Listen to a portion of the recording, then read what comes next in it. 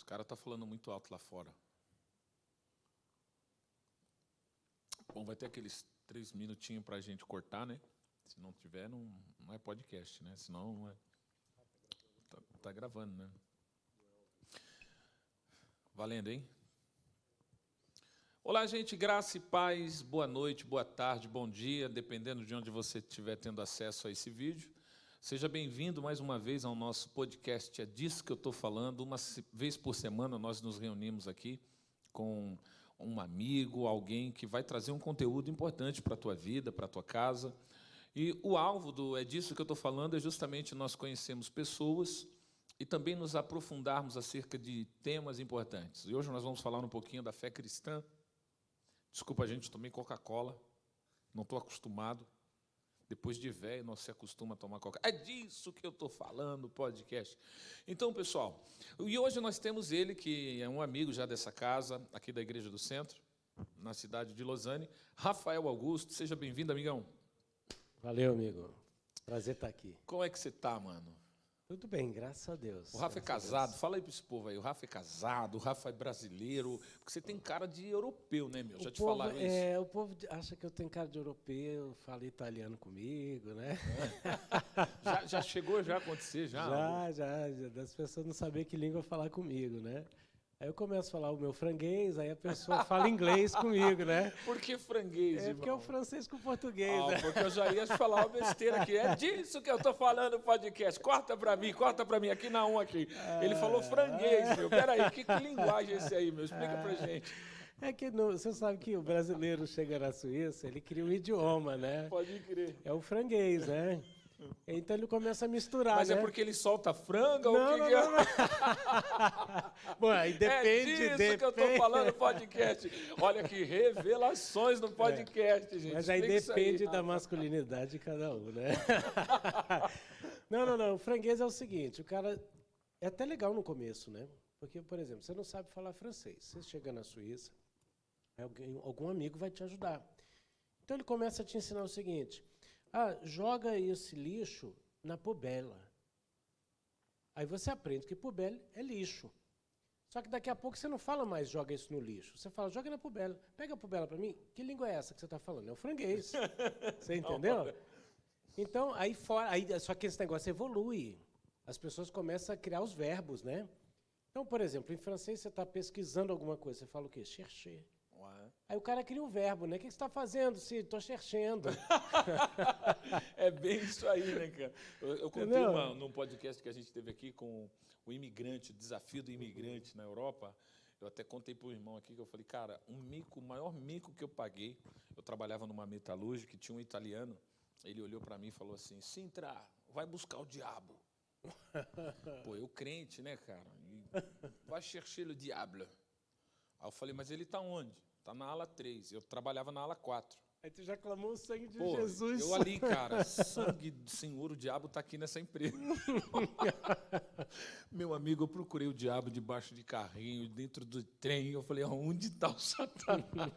Depois de 2 horas eu voltei lá e falei, meu amigo, não achei o diabo, não. Aí ele falou, vem comigo que eu vou te mostrar que o diabo está aqui. Chegou lá num carrinho para colocar uma... Diabo.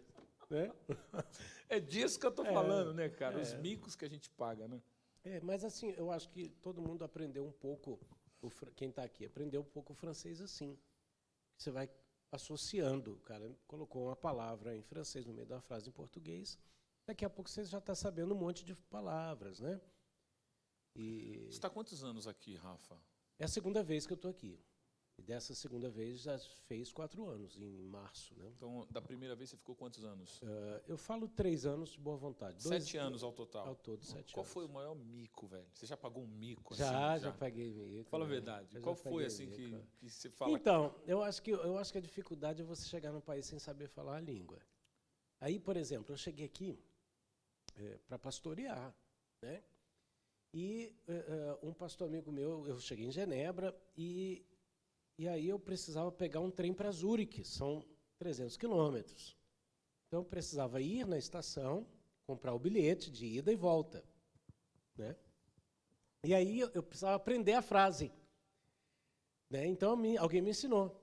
J'ai besoin billet d'aller retour Genève Zurich. Foi decorando, Eu fui decorando, né? E aí, é lógico, você não decora, eu preciso de um bilhete. Não, você escuta, você repete o que você escutou. Fonética ali, né? Então, aí eu, em vez de falar G, besoin, G, a besoin, e vai indo, né? Aí, muito bom. aí eu queria um bilhete, uma cédula de papel, de dinheiro de papel. Claro, claro, claro. Aí, cara, é aquela história, você não sabe a língua, você inventa, né? Então, a cédula de papel é billet, que é o bilhete. Só que vem do português do Brasil, cédula. Então, o que eu inventei? Cedule. Aí, quer dizer, dessa você inventa o quê? O franguês. Aí a pessoa olha pra tua cara e fala assim, hã? Aí você já sabe que pagou mico. Então, Muito esse foi um bom. grande mico. Hoje eu paguei um mico, cara. Depois de 20 anos na Suíça, eu fui comprar uma camisa gola V, né? Aí me deu um branco, cara. Aí eu falei assim, Madame Gercherchan, eu quero uma camisa com o cu, né? Que é o pescoço, né? Aqui, né? Tal. Aí me deu aquele branco. Crente, mano, falando palavrão. Na hora, assim, eu falei, não, é o pescoço, só que é com gola V. Aí ela falou, não estou entendendo, senhor. Pô, é horrível, né? A gente paga muito mico, mesmo depois de tantos anos aqui nesta nação. Mas você veio para cá para pastorear, né, Rafa? Eu recebi uma palavra profética. Na verdade, assim, um irmão em Cristo, da mesma idade que eu na época, né? A gente se conheceu, nós tínhamos 19 anos. E ele era um ex-menino de rua, se tornou um pregador pentecostal, um missionário. E nos encontramos no interior do Paraná. Depois ele sumiu e nos revimos de novo já em Porto Alegre, né?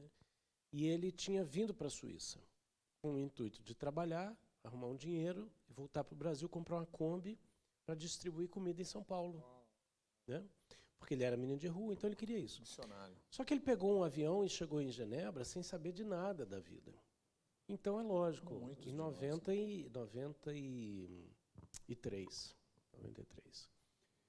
Quando ele aterrissou, a polícia de fronteira prendeu ele e ligou para a embaixada. E veio um funcionário da embaixada que era crente.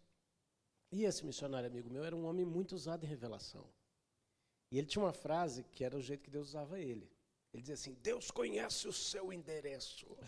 Aquela, né, pregador assembleano, né? Eu, raiz batista, né? Então a gente era primo em Cristo, né? E ele me ensinou a pregar, cara. Ele me ensinou, porque eu não entendia como esses caras abriam um versículo da Bíblia e pregavam 1 hora. E eu falei, rapaz, me ensina. E ele falou, só se você me ensinar o que eu não tenho. Eu falei, o que você não tem? Ele falou, não tem escola bíblica dominical. Você cresceu em igreja batista. Então, a gente criou uma amizade assim. E tá ótimo. Ele foi preso na aduana. Quando ele está ali, esperando alguém chegar, chega esse irmão em Cristo, funcionário do consulado. Só que ele estava orando no banheiro e Deus revela a vida inteira do cara. Putz. Então, quando ele olha para o cara, olha, Deus me falou isso, o cara falou, não, só um minuto, tem um jeito de eu te botar para dentro, vou fazer isso. Botou ele para dentro. E assim os cultos em Genebra tomaram uma nova dimensão. Na época, eram os grupos. Mas você chegou a abrir igreja? Não, aí isso é ele. Quando ele, depois de um ano que ele estava aqui, que ele veio, aí não fez nada que ele vinha fazer, ele começou a reunir gente, muita gente, ele foi visitar o Brasil e foi almoçar na minha casa. E aí ele falou, eu te vi na Suíça. Uau. Eu falei, cara, não alimenta algo que não vai acontecer. Se Deus falou contigo, Deus tem que falar comigo. Eu creio que tu é homem de Deus, mas eu não quero alimentar uma esperança. Eu quero algo de Deus. Ele falou, então vai orar, porque eu te vi lá. Amigo, ele me falou, e ele me disse algo ainda mais. Ele disse assim, eu posso ser franco com você, você tem algo que eu não tenho. Rapaz, mas Deus te usa em profecia e revelação e tal. Ele falou, mas você tem um amor pelas pessoas que eu não tenho. E você tem um perfil que a Europa precisa. Deus vai te mostrar. E aí, eu fui orar e vim conhecer a Suíça, depois voltei para o Brasil e 1 ano depois eu estava vindo para cá. Nesse meio tempo, eu recebi uma palavra profética de que eu receberia um telefonema para pastorear um grupo de pessoas que estaria sem pastor. Uau. E, nesse meio tempo, Um outro pastor que ele convidou ficou em Genebra pastoreando um pequeno grupo. E Deus tinha falado para esse pastor, vai embora, liga para o Rafael. Foi quando ele encontrou o telefone de algumas pessoas conectadas a mim numa agenda antiga, ligou para essas pessoas em Goiânia, e até que o telefonema chegou até mim. E aí se cumpriu a profecia. Eu peguei minhas coisas, minha família, e vim para a Suíça. Você teve dificuldade de adaptação, Rafa? Ou foi assim, tipo, amor à primeira vista, já foi chegando e amando o lugar? Porque tem esse lance também, né? Meu amigo, assim, eu acho assim, a dificuldade tem, né? Os 3 primeiros meses foram muito difíceis, porque meus filhos, eu tenho dois filhos que já estão adultos, né? Mas na época... Adulto, é disso que eu estou falando, gente. Você tem quantos anos, Rafa? Eu tenho 47. Peraí, não, fala eu comecei cedo, eu comecei cedo. Meus filhos já são adultos. Você viu isso daí, gente? É uma deixa para disso que eu estou falando. Então, minha filha, a Giovana, tinha 1 ano e 4 meses e o Gabriel tinha 4 meses quando eu cheguei aqui. Né? Hoje já são casados, não? Eles têm a vida deles no Brasil, né? Ok. Em Brasília mesmo? Em Brasília. E o que é interessante é que eu cheguei aqui com dinheiro para 15 dias. Para viver 15 dias. E sem conhecer como seriam as coisas, né? Então, não tinha noção nenhuma? Eu não tinha noção, eu tinha 23 para 24 anos. Posso fazer uma pergunta? Pode. Você tinha aquela imagem que a maioria das pessoas, vamos dizer, de 100%, 70% das pessoas pensam Suíça, dinheiro na árvore ou não? Tinha, assim... Entende o que eu quero dizer, né? Eu entendo. Já nesse momento, nem tanto porque eu tinha estado aqui 1 ano antes, visitando. Então, mas na primeira vez que você veio, existia essa mente? Sim, existia. A gente faz uma ilusão, né? A gente acha que na Suíça não tem pobre, não tem mendigo, não tem... Todo mundo é rico, não né? Tem ladrão, né? Tem ladrão. Quer dizer, eu estava contando para os rapazes aqui, poxa... Nesses 4 anos que eu estou aqui, eu tive um computador e uma câmera fotográfica roubados. Invadiram minha casa e roubaram. Mas ninguém conta, né? Ninguém conta, né? Ninguém conta, não vivi isso no Brasil, entendeu? Mas, enfim, a gente cria uma ilusão. Por ser primeiro mundo, talvez por nós brasileiros não nos valorizarmos tanto, né? Gerações mais antigas e tal. Você chegou a se decepcionar com o país? Porque, Sim. tipo assim, você veio debaixo de uma palavra profética. Nós vamos entrar já no profético. Tá? Mas você veio debaixo de uma palavra profética, então você veio debaixo de um destino. Né? Então veio aquele desafio dos 3 meses e tal, mas com o país e não com as pessoas, você chegou a se decepcionar? Olha só, minha decepção foi de ter uma expectativa de encontrar um país em muitas coisas mais evoluído que o Brasil. E, de repente, você olha e encontra coisas que são arcaicas. Exemplo, Rafa. Exemplo, a nossa mente de brasileiro é americana, é a mente das Américas. A mente das Américas é o seguinte, você abre 10 startups. Se 3 vingarem, você está no lucro. Então, a velocidade é, vamos criar, vamos fazer, vamos testar, vamos corrigir. A mentalidade europeia... E a Suíça, no meu ponto de vista, ela é assim, você rala 10 anos para criar uma empresa e ela tem que dar certo. E se deu certo, você não mexe, porque no time que está ganhando, você não se mexe. E aí, a coisa fica no dia a dia, tá, gente? A Suíça ganha prêmio de tecnologia. Só que a questão é o seguinte, a gente não vê isso... Talvez da mesma forma que a gente vê no Brasil. Não é tão tangível, né? Por exemplo, a gente tem uma internet de uma velocidade muito boa, mas no Brasil a gente paga com código de barra há quanto tempo? Já faz muitos anos. Muito tempo. Na Suíça, eles resistem em implantar coisas assim. Agora, com pandemia, é lógico, não tinha jeito. Essa questão que não cala, né? Rafa, você acha que eles resistem por um motivo ou por conta de querer ser conservadores ou manter a cultura? Eu acho que um pouco de tudo, né? Talvez eu não saberia exatamente dizer, Sidney. Mas eu acho que é um pouco de tudo. E aí a minha decepção é, por exemplo, eu brinco, né? Eu digo que se fechar o correio na Suíça, entra em falência, né? Por quê? Porque a gente vê aqui um sistema do correio, da fila do correio, quase o sistema que eu conheci nos anos 90, o carnê. Você leva o carnezinho, o cara carimba que você pagou no carnezinho. Então, é um sistema que você olha e fala, meu Deus, os caras ainda estão nessa. Né? Mas tá bom, de repente eles têm um motivo deles. Decepção, níveis de tratamento.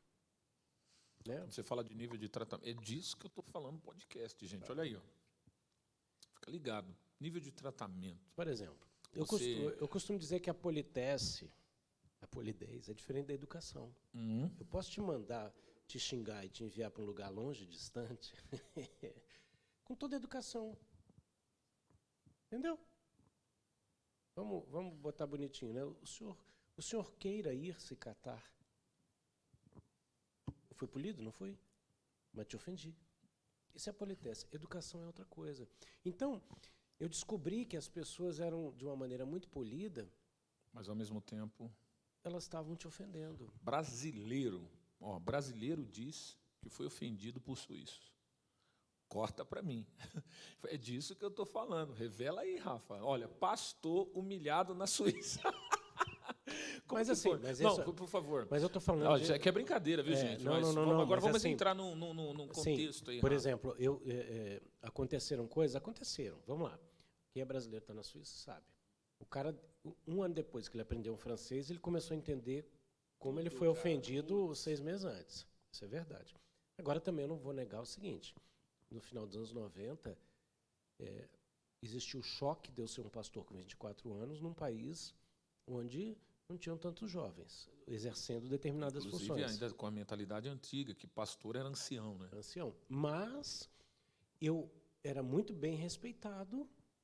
A partir do momento que a pessoa me via como alguém sério, e que eu comecei a aprender um pouco o francês, e que eu conversava, e que as pessoas viam que eu tinha escolaridade, né? Porque aquela ideia de que no Brasil, será que tem asfalto? Será que eu vou encontrar uma onça na rua? Bem por aí mesmo, é bem por aí mesmo. E, de repente, as pessoas começaram a conversar e a gente tem história geral excelente. Escola no Brasil, ensino no Brasil é muito bom. Sem comentário. A gente conversa com algumas pessoas, sei lá, norte-americanas, que o cara não tem uma noção de história geral porque a escola é focada no ensino local. Entende? E, de repente, a gente tem um conhecimento de Primeira, Segunda Guerra, de um monte de coisa. Então, as pessoas, olhavam para mim. Que hoje não é tão valorizado. Não é tão valorizado. E, na época, então, eu também quero botar o outro lado. Fui muito respeitado. Monsieur le pastor, o senhor pastor, entendeu? E aqui eles levam a sério isso, né? Leva a sério. Tanto então, que, tipo, se você queimar um filme, você queima para sempre. Mas se também você conquista a honra... Eu voltei 17 anos depois que eu fui embora daqui. Eu vivi 3 anos, fui embora, voltei 17 anos depois. Isso é interessante, viu, Rafa, que você está falando do respeito, né? Assim como da discriminação. Né? Porque quando você está quebrando pedra, chegamos aqui quebrando pedra, você não entende, então você engole qualquer coisa. Né? É isso aí. Até quando você percebe que você foi passado para trás, né? Porque isso não é geral. Né? É, geral. Num modo geral, não acontece todo dia. Tem a galera e tem a pessoa que é super-ser humano. Né? Exatamente. Mas você acha que nesse meio termo aí, no lance do desrespeito e do respeito, é equilibrado ou sobressai mais um do que o outro? Eu acho que quando entra o quesito sobrevivência e dinheiro, surgem os aproveitadores. Por exemplo, eu, da primeira vez, não precisei trabalhar secularmente. Dessa segunda vez já foi diferente. Eu trabalhei 2 anos e meio desses 4 anos no caminho que toda a maioria dos brasileiros que vêm para cá passam, que é o que Pintagem trabalha. É honesto, estou fazendo, né? Então, é uma limpeza, é uma pintura, é uma mudança, é enxugar gelo, igual eu brinco, né? Teve nevasca, tem que limpar. Encher pneu de trem, né? Então, eu enxuguei gelo já. Sacar fumaça, né? Tipo assim. Vamos embora, né? Então, profissão preferida da Dilma. Vai ter que... Então, o que acontece, Sidney? Assim, eu acho que quando você chega nessas questões, assim, você vai encontrar... Eu encontrei muita gente legal, de qualquer nacionalidade, tá? Eu encontrei suíços generosos, eu encontrei latinos generosos, europeus generosos, né? E pessoas que realmente assim te respeitavam o teu ambiente de trabalho, né? Agora também encontrei gente que desrespeitava, que por causa, por exemplo, eu trabalhei num lugar que eu era chefe de limpeza, né? Olha que legal as coisas, né? Eu brinco, Sidney, que eu sofro bullying porque eu tenho cara de rico, né? Então, fui procurar emprego de limpeza. Aí já foi difícil, né? Ainda bem que eu fui indicado, porque quando eu tô lá chegando, pego uma vassoura, a pessoa ri da minha cara, né? Fala, o que você está fazendo aqui, né? Ou então eu falo, não, é para trabalhar. Não, mas então você não faz bem. Não, eu faço, tá bom. Aí peguei o emprego, né? Aí no primeiro dia, rapaz, eu cheguei em casa, falei para minha esposa, falei, Gláucia, eu tô achando que eu sou chefe. Aí ela já sentou e começou a rir. Como assim, meu amor? Não, como assim? E riu da minha cara. Eu falei, eu tô achando que eu sou chefe. Ela, por quê? Não, porque assim, ó, eu cheguei para trabalhar com equipe de limpeza, tinha ali 4 pessoas comigo, né? E aí as pessoas me perguntavam como que elas tinham que fazer, e depois, na hora de ir embora, ficaram esperando, perguntaram para mim se eu já podia ir e tal. Aí eu me dei conta de que eu era o chefe de limpeza. Top! Entende? Então, só que ali, por exemplo, eu via pessoas disputando por causa de um franco. A diferença de salário minha para o outro funcionário era um franco. Mas a posição que eu ocupava gerava o quê? Ambição. Você vê que isso não é só no mundo, no quesito eclesiástico, né, Rafa? Não. Isso é uma guerra constante do ser humano, né? Exatamente. Então, assim, eu acho que a às gente vezes vai encontrar isso em todo lugar. Eu encontrei isso. Na primeira vez, Sidney, tinha menos igreja. Tinha pouca igreja em Genebra. Então, assim, e você perguntou assim, se eu me adaptei fácil. Eu acho que eu cheguei e mostrei imediatamente para aquilo que eu tinha vindo. Eu falei assim, ó, eu sou pastor, eu vim pregar o evangelho, vamos organizar as coisas e é isso, isso e isso. E quem foi contra já se levantou. E quem foi a favor já também se posicionou. Então, eu acho que isso eliminou muita demora. A dificuldade meus filhos ficaram doentes, ficaram internados. Por causa do frio. Por causa do frio, por causa daquela... Chegou aqui no frio? Cheguei no frio, pegamos móvel na rua. Gente, para quem não sabe, esse contexto que o Rafa está falando de móvel na rua, é impressionante aqui, né, Rafa? Eu morei em Genebra, e tem um bairro em Genebra que chama Champel. A gente tinha briga para pegar os móveis que eles jogavam fora. É porque era bom, né? Era muito bom, né? Porque só casa de rico, né? Uhum. E eu vi amigos que imobiliou casa, cara. Televisão, cama, sofá e tipo só coisa chique, né? Que os ricos têm aquela mania, não gostei, joga fora. Né? Usou um pouco, vou comprar um novo. Tá novo, tem o dia. Eu brinco, rapaz. A Suíça é uma história, né? Eu brinco, né? Eu brinco que a Suíça não tem lixão, depósito. Aí as pessoas, mas fala, como é que é isso? Eu falei, é lógico, porque é o seguinte, ó, você não quer isso, você põe na rua no dia certo. Sei lá, quinta-feira é o dia de jogar o móvel na rua. Aí vai o Sidney lá e pega. Aí põe na casa dele. Aí ele botou lá a máquina de lavar roupa. Aí a máquina não funciona direito. Aí ele tem que esperar outra semana, na quinta-feira, para botar na rua. E nessa ela vai de casa em casa há 20 anos. É isso aí, cara. Pode até parecer engraçado, mas é bem por aí mesmo. Então, por exemplo, quando eu cheguei em 97 para morar, né, as pessoas diziam, não, pá, hoje já não tem tanta coisa boa na rua, não. Porque antes disso, talvez nos anos 80, eu ouvia as pessoas dizendo que realmente você mobiliava a tua casa com coisa nova. Né? Quando eu cheguei na primeira vez, não, você já encontrava ali uma máquina de lavar roupa com fio cortado, que o cara já avisava, não está boa. Né? Então você arriscava arrumar aquele fio e testar. Né? Mas é isso. Então, assim, meus filhos, eu peguei colchão, peguei berço. Então os meninos pegaram vírus no pulmão. Ficaram internados. Então, isso tudo foi a aventura do começo. Você ter dinheiro para você olhar e se dar conta, caramba, eu tenho dinheiro para 15 dias. Você se dá conta de que quem te trouxe, quem te chamou, não te avisou que você Teria desafios. não, que você não ia conseguir um documento para se legalizar no país. E aí eu tive que entrar numa justiça, descobrir quais os meios pelos quais eu poderia me oficializar no Isso aí tá país. interessante, viu, Rafa? Isso é até interessante você falar. É disso que eu estou falando, gente. Corta aqui para mim. É até interessante porque muita gente tem um desejo de imigrar, né? A gente até falou isso na semana passada com o Tiago e o Anderson aqui, não é? E aí as pessoas pensam que, devido, né, a muitos estrangeiros ou nativos do seu país ter conseguido imigrar, eles pensam que hoje é mais fácil, né? Por conta da tecnologia. Na realidade, ficou um pouco mais difícil, né? Muito mais. Assim, eu não entro no mérito de que talvez quem esteja nos assistindo esteja ilegal na Suíça ou em qualquer país. Hipótese alguma. Eu não estou Mas entrando no mérito. eu estou entrando no mérito dessa galera que está em outro país e Isso. tem um desejo de imigrar. Né? Porque muita gente, às vezes, não sabe que para você estar num país como o Rafa, aqui eu passei pela mesma situação. Exatamente. A gente chegou aqui como quebrando pedra, né? Vamos assim, Exatamente. aventurando. Né? Exatamente. Tinha um propósito, uma chamada, mas não sabia o que estava te aguardando do outro Eu lado. tinha uma né? promessa de que eu ia receber uma documentação, mas houve uma indisposição com a pessoa que ia me dar a documentação. Tá? Na época, por inveja, depois até essa pessoa pediu perdão para mim, nos acertamos, mas a pessoa ficou com inveja e disse, não vou te dar mais. Resumindo a história. Gente, é disso que eu estou falando. Ó, Entendeu? inveja impediu. Aí, Gente, esse é o podcast, é disso que eu estou Não, falando. aí ó. você Rafael, imagina- escuta aí, pessoal. com essa carinha de rico, né?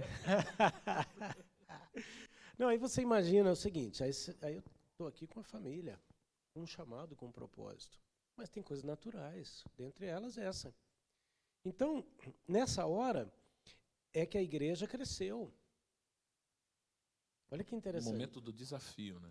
No momento em que a pessoa que me dava o documento tirou meu documento. É isso que eu ia chegar, né? Você sofreu resistência, então. Sofreu uma resistência, a pessoa tirou o documento, ligou para a polícia e me acusou de estar trabalhando ilegal. É fácil. Meu Deus. É fácil fazer isso. A pessoa que te trouxe te denunciou. E aí, Exatamente. meu amigo? Aí eu liguei, falei, olha, querido, você não foi patriota, você não foi cristão, muito menos ministro do Evangelho. Depois, essa pessoa me pediu perdão. Falou, você é um homem de Deus, me perdoa e tal, e ficou tudo tranquilo. Mas durante Mas muitos o teu anos... nome, por exemplo, meio que ficou meio... Ficou caçado. Não, na verdade assim, Sidney, naquela época, eu já estava com advogado. Gente, ó, deixa eu falar, parece ditadura brasileira, você viu? Ó, naquela época, é porque é muito tempo, você não está entendendo.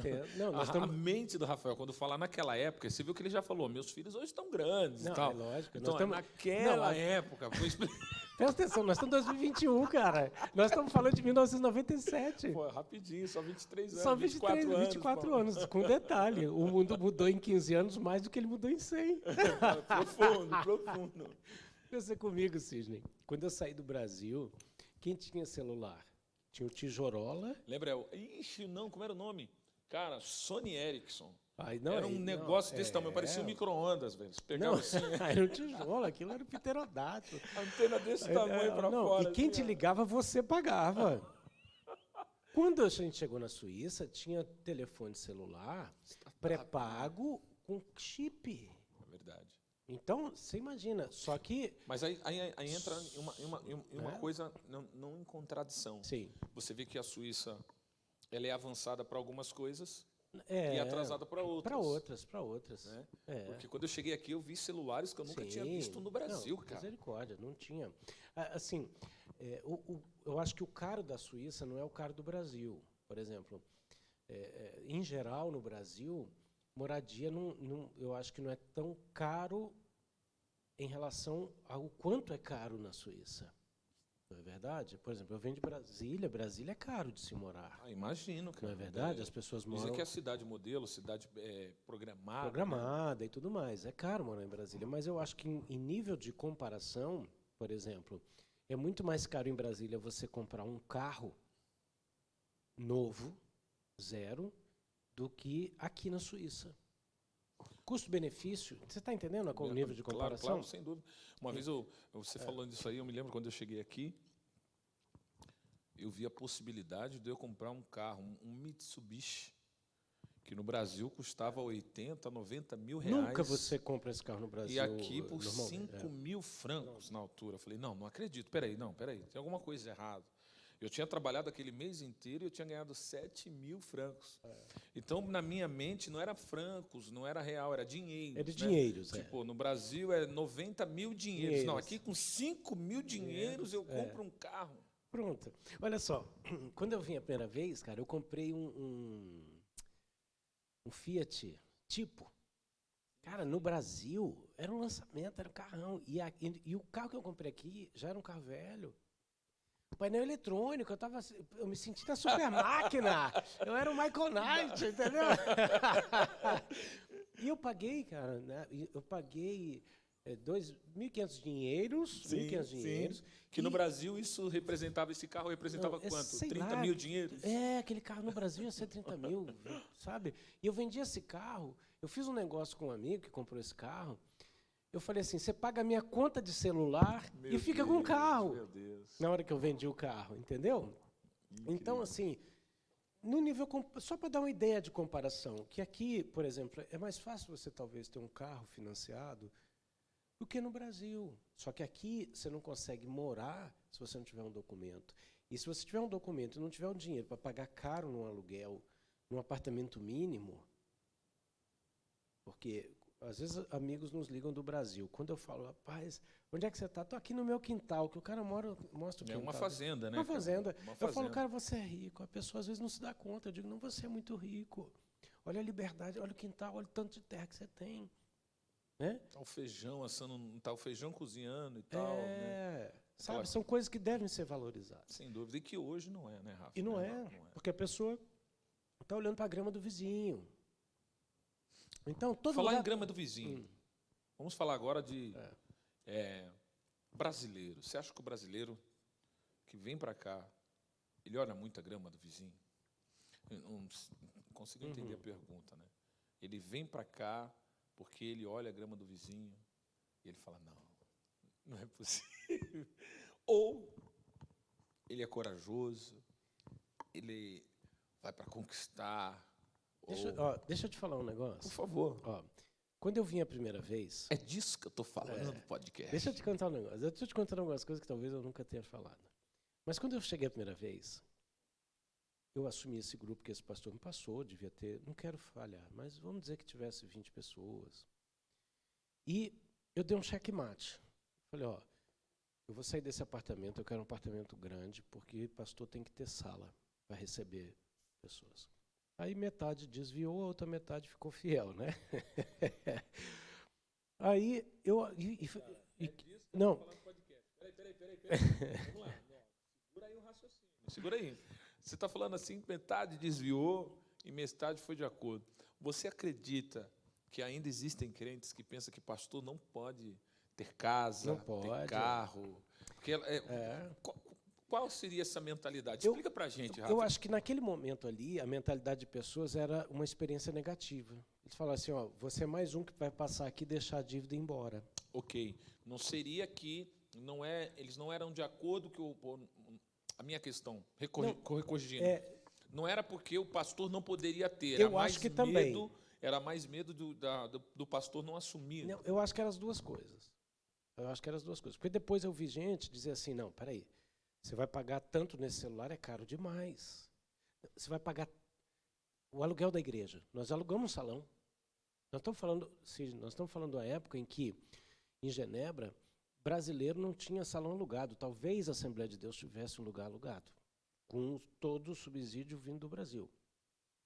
Tá? Não conheço a história. Representava muito dinheiro. Mas é a impressão que eu tenho. Tá?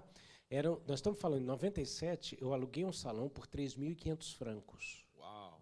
Em 97, 3.500 francos.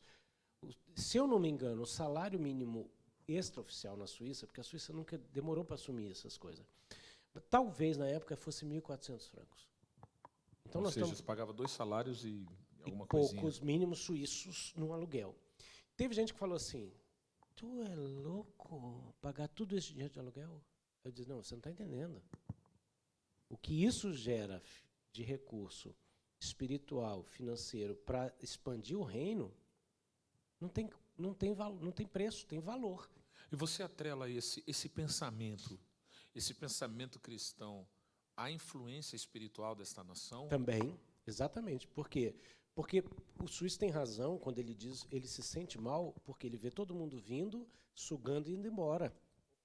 É disso que eu estou falando no podcast. Ou seja, você está dizendo uma coisa que, bom, eu vou catalogar, porque eu acabo falando sempre, que muitos tratam esse país como uma prostituta ou não. Me ajuda? Entende?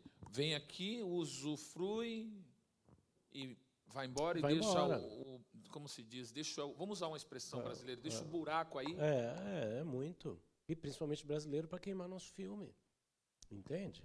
Então, voltando para a questão ali do grupo e da igreja, tá? Que você perguntou se o brasileiro vê muito Gente, tem muita pergunta aqui para fazer para o Rafael. Você já sentiu aqui, ó. Tem muita coisa boa aqui. a questão da grama do vizinho, né? O que acontece, cara? Eu botei essa pressão e falei, ó, é isso, eu preciso de uma estabilidade para isso. Então, vamos lá. Entrava em caixa 700 francos e tinha 1.500 de gasto.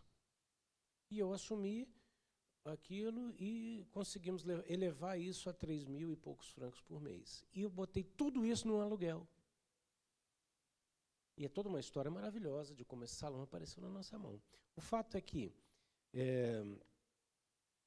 eu comecei tinha uma outra igreja em Genebra que tinha nascido na mesma época. De brasileiros também. De brasileiros. E que tinha uma autoridade muito conhecida de Deus sobre essa igreja. Mas os líderes locais estavam decidindo o seguinte, eles estavam anunciando que quem estava ilegal, se Jesus voltasse, não era arrebatado. Dentre outras questões. Aí, quando eu escutei isso, eu fui para a púlpito e falei, só um minuto, gente. Eu não apoio nenhum tipo de ilegalidade. Mas, eu quero te dizer uma coisa. Eu estou debaixo de uma palavra que Deus me deu, Isaías 45, pregar para os que escaparam das nações.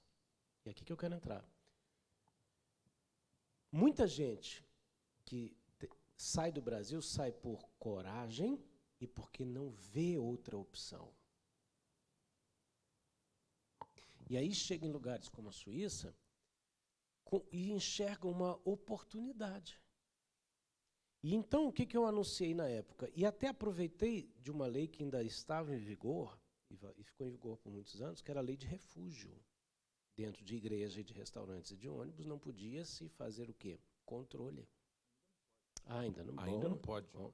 Então, quer dizer, lei de refúgio, asilo, dentro da igreja. Eu não estou aqui para tratar se você era legal ou ilegal. Eu estou aqui para ministrar no seu espírito, no seu coração. E até perguntava, oramos muito para que Deus abrisse a porta. Eu perguntava, quem aqui, se tivesse a chance de se legalizava e pagava os seus impostos em dia? Todo mundo. Não tinha, eu não encontrava aquela mentalidade, não, eu vou pagar caro de imposto. Não, o que eu via era pessoas dizendo o seguinte, rapaz, não, eu vou ter chance de trabalhar, eu vou ter chance de ter as coisas no meu nome. Ou seja, a galera querendo ter dignidade, né, meu? Porque você chega ilegal num país, você tem grana até para comprar um carro, mas esse carro não é no teu nome. Aí você bota no nome de alguém que daqui a pouco briga com você e o carro não é mais teu. E tem muito disso, né? A pessoa vira refém do seu algoz, né? Aluga um apartamento no nome de alguém que tem nome no lugar, você não vai ter. E aí você fica refém. Você entende? Então, pelo menos naquele momento, o que eu vi foi pessoas que expressavam o seguinte, não, vamos orar. Oramos muito e soube que se oraram muito e de repente sai um projeto Papiros que deu documento para muita gente. Agora, o que as pessoas fizeram depois disso é responsabilidade delas. Teve gente que pegou e se corrompeu e simplesmente fez aquilo que já estava no coração e teve gente que pegou, dobrou o joelho, levantou e consagrou o Senhor. Interessante, Rafa, muito bom. Quando você sentiu essa resistência, né? Foi só em questão do aluguel ou em questão da sua vida particular, pastor? Porque você encontrou essa mente ou não, tá bom? Você encontrou essa mente, tipo, o pastor não pode ter um carro melhor do que o meu. O pastor não pode ter uma casa. ou não? Encontrei. Eu acho que essa mentalidade ela ainda perdura, e isso não é privilégio de uma época, de uma nação. No Brasil mesmo. Você imagina, Sidney, se recentemente, antes de vir para cá a segunda vez, eu tinha uma palavra de que eu ia voltar. Em 2015, 2016, eu continuei falando isso. Eu encontrava bloqueios no Brasil. Você imagina em 94, 95, quando eu dizia, rígido, eu tenho um chamado de Deus. Para onde? Para a Suíça. Assim, né? Eu quero esse chamado. Como? As pessoas riam na minha cara. Primeiro, porque eu era muito novo. E segundo, o chamado de Deus para a Suíça. É uma emoção, né? É como se eu falasse assim, eu tenho um chamado de Deus para Beverly Hills. Entendeu? Só que a verdade é o seguinte, eu aprendi uma coisa, que quando você não enxerga a sua cidade como um campo missionário, você virou um campo missionário. Você precisa ser ganho de novo, porque você já se perdeu. Todo lugar é um campo missionário. Todo lugar necessita, em algum ponto, em algum aspecto, ser salvo. Cara, eu tive a oportunidade naquela época de pastorear na Suíça e de fazer missão na África do Sul e Namíbia. Então, que no Brasil seria uma impossibilidade. Lógico. Aos olhos, né? Aos olhos. Só que a verdade é o seguinte, naquela época eu cheguei num campo de refugiado que nem existe mais, campo de refugiado Osíris. Naquela época ele chegou a ter 6 mil homens, depois disso ele chegou a ter 60 mil homens refugiados de guerra. Um lugar que durante o mês 20 dias tinha comida e drogas, os outros 10 dias era pega para capar, porque não tinha nada. Então, 12 denominações dentro de um campo de refugiado, brigando entre si. Eu cheguei lá, reuni os 12, numa choupana. Reuni os 12 numa choupana e falei, só um minutinho, vocês estão brigando pelo quê? Tem pecador para todo mundo aqui. tem bagaceira, tristeza para todo mundo. Né, a galera não entende. Você entendeu? Só que essa mentalidade, a mentalidade é assim, ó. Pastor diz que tem pecador para todo mundo. É disso que eu estou falando, pode. Tu é demais, sim. Pensa comigo, cara. A mentalidade em geral, tá? Seja de qualquer nação, é o seguinte: missionário enviado para quanto mais longe e quanto mais lascado, mais ungido ele é. É verdade. Isso é a mentalidade do povo, né? Só que quanto mais desgraça no altar, parece que tem mais alegria na igreja, né? É verdade, porque na verdade, já botei o pé na porta, né? Vamos entrar fundo? Tem ministérios que eles só têm compromisso com a própria instituição e o nome dele é quase a mesma coisa. O cara não está compromissado com o reino, ele está compromissado com uma instituição humana que banca o salário dele. E aí, se a gente for perguntar assim, por que você faz o que você faz, é perigoso. Porque eu ganho bem, porque eu mantenho minha casa. Aí você começa a entender por que surgiu a necessidade e surgiram as missões. Porque a igreja parou de fazer missão. É interessante, que eu fiz um curso aqui na igreja, de você falando, você sabe como nasceu o parque aquático? Você conhece a história? Não. Eu não vou me lembrar exatamente em que lugar dos Estados Unidos ou de algum lugar do planeta nasceu. Mas a história é mais ou menos assim. Um grupo de pescador estava na beira do mar ali, de repente eles vêem um barco naufragando. E no naufrágio, ele começa a ouvir pessoas gritar. Então, esse grupo de pescador fez o quê? Pegou seus botes, os seus barquinhos e foram resgatar a galera. E naquela região ali, era uma região de muitas tempestades, as ondas quebravam muito ali. Então, eles decidiram, vamos construir um lugar aqui para ficar de sentinela 24 horas por dia, porque a gente pode salvar muita gente. Né? E aí, todo final de semana, tinha alguém ali de sentinela, no meio da semana, tinha alguém de sentinela. Aí, até que chegou uma visão empresarial do negócio. Falou assim, se nós construíssemos verdadeiramente meio que um hospital, entende? Para atingir essa galera. Vamos pedir ajuda. Aí começou a vir os empresários e construir. Aí, de repente, aí chegou a visão empresarial. Eu falei, por que nós não colocamos uma piscina aqui, de repente, entendeu? Porque aí, pô, verão, não teve nada, tem uma piscina para a galera tirar o estresse. Na realidade, o parque aquático perdeu a visão. Ele nasceu com a tarefa de salvar vidas, mas que, com o passar do tempo, a visão empresarial tirou a tarefa de salvar vidas e focou no lazer. É isso aí. Você definiu tudo. A igreja, ela se tornou um fim em si mesmo. Eu não estou aqui, eu estou generalizando, tá? Não tô aqui. Falando de A ou de B, isso é uma constatação, não é uma calúnia, não é uma. Tanto que a Bíblia fala sempre de um remanescente, de uma exortação, sempre. A tendência do ser humano é seguir esse caminho, seja na política, seja na economia. O cara desvirtua. Você vê quantos cientistas criaram coisas tremendas. Santos Dumont criou um avião, cara. Né? Os ingleses vão discordar que foi ele, mas foi ele. Os franceses vão discordar, mas foi ele. Né? Eu moro em São Paulo, na Praça da Aviação. Pronto. O cara constrói um avião e, de repente, quando ele vê que o avião está sendo utilizado para lançar mísseis, imagina a depressão. Tá? E por aí vai, quantas invenções foram feitas e depois deturpadas no seu uso. A igreja. Cara, você acha, Rafa, aí chegamos num papo profético, né? Você acha que a igreja perdeu a sua missão ou está perdendo a sua missão? Eu acho que a igreja, corpo místico de Cristo, nunca perde. A igreja sobrenatural, o povo de Deus, não perde. Mas a igreja, nas suas mais diversas formas de instituição, a gente vê muita gente perdida, com foco em si mesmo. Tanto que João já escreveu as cartas do Apocalipse. E ele vai mostrando cada uma onde se perdeu. Eu sei que você é um rapaz, uma pessoa que gosta muito de escatologia, sua matéria preferida de teologia.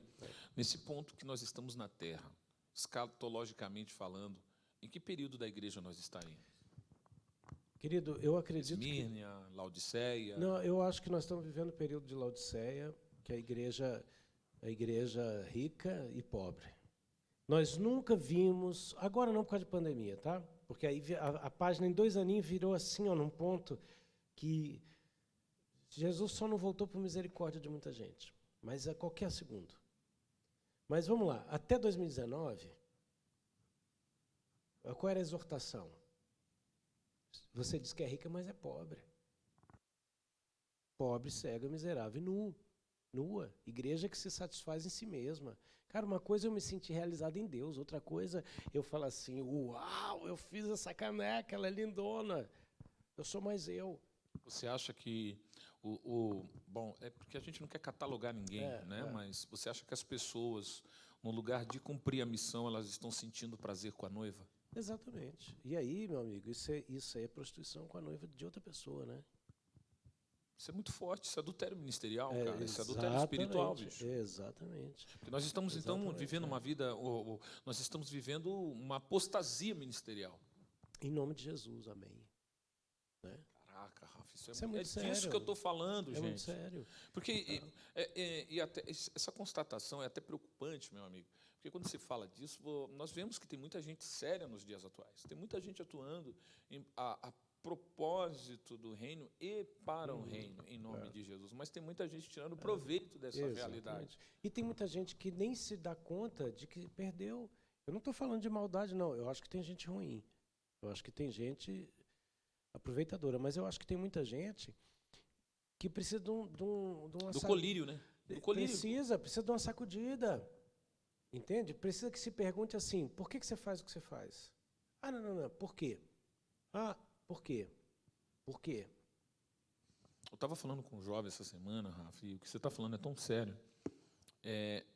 A minha preocupação... Bom, eu sou um jovem convertido, só tenho 22 anos de fé. Então, comparado a muita gente que nasceu no Evangelho, eu não peguei, praticamente falando, a época das missões pentecostais no Brasil, né, do avivamento na década de 80. Como eu queria ter visto isso? Eu peguei um finalzinho da década de 90, ali já entrando para 2000, que foi o finalzinho, quando chegou a teologia da prosperidade, que virou uma loucura. Né? Que essa PNL aí foi o que...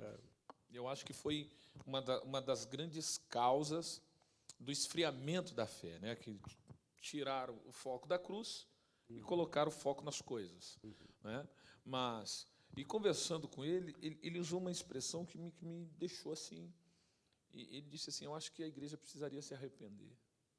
E você me diz o que acerca disso, cara? Exatamente. Meu amigo, nós vimos no Brasil uma convocação inédita de jejum nacional, chamado arrependimento. Isso é de Deus. E tem que começar por onde? Por nós, a igreja. Se você pega as histórias de transformação... Mas aí eu entro em mais um lance, Rafa, por favor.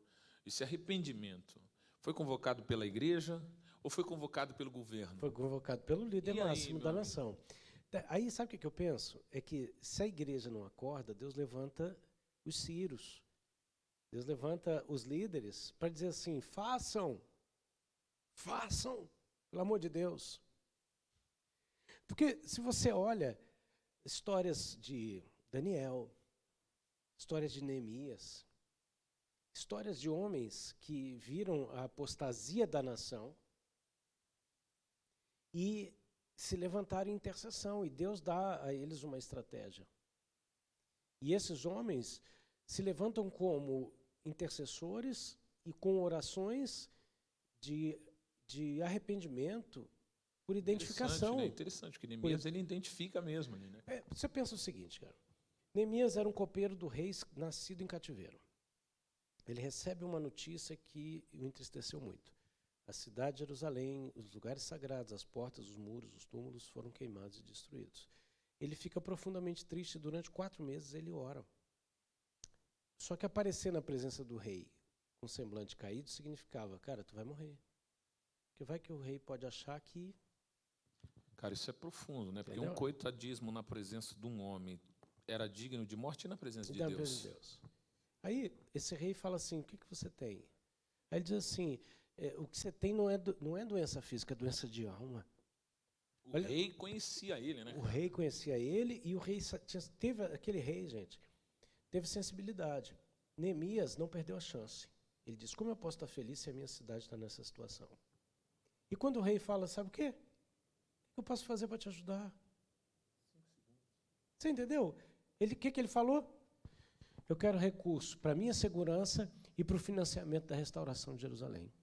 E ali se cumpre uma palavra profética. A ordem dada. Então, Um decreto, né? Decreto real. De um cara que não era convertido. Cara, quando a gente vai para a história de Daniel, não é diferente. Daniel é levado cativo na adolescência, entendeu? Tem o nome, a identidade alterada, e ele decide não se contaminar. Ele se torna o vice. Ele se torna o segundo cara no reino. E depois, cara, e a prova do livro de Daniel é que Deus está dizendo assim, ó, eu estabeleço e eu tiro reis. Tem muitos pastores que, infelizmente, eles acham que eles são eternos e imutáveis. Só que Deus, ele tira e coloca quem ele quiser. Tem uma expressão no livro de Samuel que diz que Deus tirou o trono de Saul. Porque quando o camarada não quer sair, Deus tira o trono. Fica você sem o trono. Fica aí. Fica no teu banquinho. Tu entende? É interessante isso, Rafa, porque essa apostasia ela é clara. Uhum. Não tem como nós não dizer, né? Você estava dizendo que até 2019 era uma igreja rica. E hoje? Essa igreja é o quê? Hoje eu acredito que nesses 2 anos começou um processo de Deus sacudir a igreja. E uma chance dessa igreja se humilhar. É um processo de divisão. De separação de águas. Separação de águas. Separação de peixes bons e peixes maus. Você diria que esse tempo é o tempo do quem está limpo, limpe-se mais, quem está sujo, suje-se mais? Exatamente. E o tempo que a Bíblia fala é que os anjos separariam bons peixes dos maus peixes. Por quê? Porque em tempos de crise, tempos de pressões, a gente naturalmente põe para fora o que está escondido no coração. Uau! E aí você vê de ovelhas e líderes... Uau, isso segura, aí. é disso que eu estou falando. Em tempos de crises, em tempos de perseguição, a gente coloca para fora o que está no coração. Isso quer dizer que a crise, a circunstância, ela revela o caráter da pessoa. né? Ou seja, revela propósito, a circunstância revela propósito, a circunstância revela o que está escondido no coração da pessoa. Quantas pessoas que vivem, então, uma vida fantasiada, né? Quando chega o problema, ela revela quem ela é. Você acha que a pandemia mostrou muita coisa aí, Rafa? Sim, sim. Para mim e para você ela mostrou. Quando a gente ingressa num tempo assim, onde a gente é restrito de fazer as coisas de maneira normal, a gente começa a entender o que era supérfluo e o que era essencial. Você realinhou a sua vida. Eu realinhei minha vida. Tem gente, e eu vou repetir isso que eu estou te falando, amigo. Já te falei isso no Conversas Particulares, estou falando isso aqui. Infelizmente, tem líder que só está esperando uma brecha para parecer que tudo ficou normal para ele voltar a fazer do jeito que ele fazia. Ou talvez pior. Ou pior. Ao invés de perguntar a Deus o que o senhor está fazendo agora, eu quero fazer também. Sabe? Mas isso você acha que isso deriva do quê, Rafa? Isso deriva de uma falta de entendimento ou de uma não conversão ao propósito? Deriva do quê, meu amigo? Eu acho que isso envolve falta de fé. Eu acho que isso envolve realmente o que você falou aí. O cara não quer se converter ao propósito. Porque o propósito, o evangelho é uma coisa só, é renúncia, cara. Exatamente. Não tem outra coisa. Nega-se a ti mesmo, né? E a gente está vendo um outro evangelho sendo apresentado hoje. Você acha que a igreja do nosso século, a igreja... Porque falar da igreja é perigoso, porque a igreja é de Jesus. Exatamente. Né? Então, vamos pensar assim. Você acha que o que nós entendemos hoje como igreja, ela virou relativista, cara? Então, acho que o relativismo é um problema que afetou a sociedade em vários aspectos, inclusive na igreja. E você acha que esse relativismo ele vem do quê, meu amigo? Cara, ele vem para minar a fé, ele vem para acabar com aquilo que é fundamental, que é imutável. Porque você é cristão há muitos anos. Eu tenho 47, eu fui curado com 2 anos e meio, passei a frequentar a igreja. Então, uma vida na igreja. Então, 45 anos de entendimento cristão, vamos por aí, 40 anos, até que você começasse a entender exatamente, tá? 39 anos, vamos lá. Né, 7 anos, ali o processo e tal. Então, você viu as várias fases da igreja. Você pegou a década de 80, a década de 90. Eu tenho lembranças bem da infância, mas vamos lá. Lembrança da igreja. Eu lembro da igreja, eu lembro muito bem de 82. A inauguração da igreja que eu cresci, do templo para 1.500 pessoas sentadas. O avivamento. Assim como eu fui curado, eu vi inúmeras curas, milagres, sinais, batismo com o Espírito Santo. Tá? 82.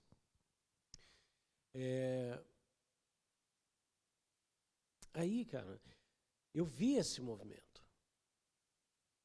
Só que eu vi também a igreja se desvirtuando ao longo do tempo. Você pegou a teologia da prosperidade. Peguei. Então, a teologia da cura, né? Porque foi assim... assim, o que é importante a gente entender, talvez, nessa questão, é porque tem muita gente que é contra a teologia da prosperidade, como a gente...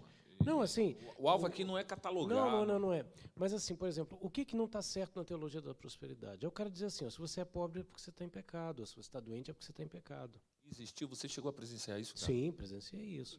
A questão toda é que, se eu coloco a coisa desse jeito, é um problema. E, cara, aí você está entrando em coisas incríveis. Entendeu? Pô, é disso que eu estou falando. Porque, pô, se você está pobre, você está em pecado. Vou fazer uma campanha para você ficar rico. E aí? Eu conheço muito rico em pecado. A questão é outra. A questão é, pode ser que eu esteja doente porque eu pequei? Pode. É uma das possibilidades. Agora, quando eu coloco isso como a única possibilidade, é um problema. Por exemplo, o erro da teologia da prosperidade é: doe um carro que Deus vai te dar uma frota. Calma aí. A lei da troca. A lei da troca. O que aconteceu em Portugal, né? O cara chegou, foi numa igreja lá e falou, ó, o que você entregar aqui, Deus vai depositar 100 vezes mais na tua conta. Ele foi em casa, pegou o Golf, 100 mil euros que ele tinha no banco, falou, pô, pensou. Uma semana depois não deram dinheiro para ele, ele foi lá, pegou um trator e destruiu. Por quê? Porque o cara pega um princípio e banaliza esse princípio. Qual é o princípio? O princípio é o seguinte: Deus é rei, o rei do universo. Ninguém chega na presença do rei de mãos vazias. E ninguém sai da presença do rei com as mãos vazias. Então, Deus imprimiu isso na cruz. Deus imprimiu isso no Evangelho. Esse princípio. Como que ele é feito? A salvação. Você não chega diante de Deus de mãos vazias. Você chega cheio de quê? Pecado, bagaça a tua vida, tudo. Você fala, Deus está aqui, Senhor, me perdoa. Você está apresentando aquilo que Jesus pagou caro para comprar. Eu sei que foi pago um alto preço. Que preço? Foi o preço do sangue do Filho de Deus. Para quê? Para resolver, comprar tudo aquilo que não prestava e deixar isso na nossa mão, para que a gente tenha o que entregar para Deus. Porque Deus só aceita o que é dele. Você está entendendo? Deus resolveu o problema da carne. Ele transformou ela na solução. Aí, ele imprimiu isso, porque ele falou, você não vai chegar na minha presença de mãos vazias. Então, beleza, você já chega apresentando o quê? Seus problemas, suas dificuldades. Mas aí, depois que você se converte, você também aprende o seguinte, a consagrar o todo. O bom, uau, ganhei 100, o que eu faço? Apresento 10%. Ah, mas eu não quero só isso, eu quero ofertar. Né? Eu não quero só obedecer, eu quero expressão de amor, generosidade. Quero então, ser generoso. Você chega na presença do rei, é princípio. Tem uma consequência disso? Tem, pelo amor de Deus. Tem crente que, é como eu brinco, o cara vai no supermercado, tá lá, compre o sabão em pó e ganha um amaciante. Ele pega a tesoura, corta, paga e deixa a promoção para trás, leva só o sabão em pó. Na fé tem muita gente, não espero nada de Deus. Burro. Deus é galardoador. Essa é a palavra. Deus o cara não entendeu o que é isso. Não é negócio. Não é negócio, é princípio. Deus conhece o coração, né, velho? Exatamente. Se a gente fosse entrar nisso, a gente ia mostrar em quantos personagens da Bíblia eles entenderam isso, tanto no Antigo quanto no Novo Testamento. Até interessante o que você falou, porque até quando Jesus, antes de Jesus morrer, que os romanos, eles conquistaram todas aquelas regiões e tal, eles queriam descobrir o livro dos romanos, o livro dos judeus. Por que os judeus tinham tanta prosperidade? Como era? Então, até 1.500 anos atrás, ou até 2.000 anos atrás, ninguém sabia disso não, meu amigo. Quando Roma conquistou, que ele falou, a gente quer esse livro aqui. Exatamente. Foi aí que, né, veio essa onda para todo o planeta que eles começaram a aplicar. Né? Então, se a gente for pensar nisso, e isso tem a ver com o que você perguntou com respeito à igreja perder o foco, perder o rumo. Por quê? Porque ela pegou o princípio e banalizou o princípio. Então, o princípio é, eu chego na presença de Deus, não posso chegar de mãos vazias. Eu começo apresentando a mim mesmo. E depois, tudo aquilo que me representa. O teu dízimo te representa, a tua oferta te representa. Parece com você, né? Exatamente. E Deus não... Apesar da oferta ter padrão, mas Deus, ele olha para a oferta, mas ele enxerga você. Então, por quê? Porque quando ele vê isso, ele também não vai te deixar sair da presença dele de mãos vazias. Olha que loucura, cara. A rainha de Sabá traz um monte de ouro para Salomão e ela vai embora de mãos vazias? Não, ele presenteava as pessoas que estavam vindo. Rei Davi, cara. Salomão. Isso. Eu acredito que rei Davi plantou e Salomão colheu. Por quê? Olha que tremendo que você está falando. Olha que coisa tremenda. Isso é uma visão seguinte. Geracional. Se eu não posso fazer, eu posso deixar para você fazer. O que está acontecendo hoje é, eu não faço, ninguém faz. Se eu morro, eu levo comigo todo mundo junto.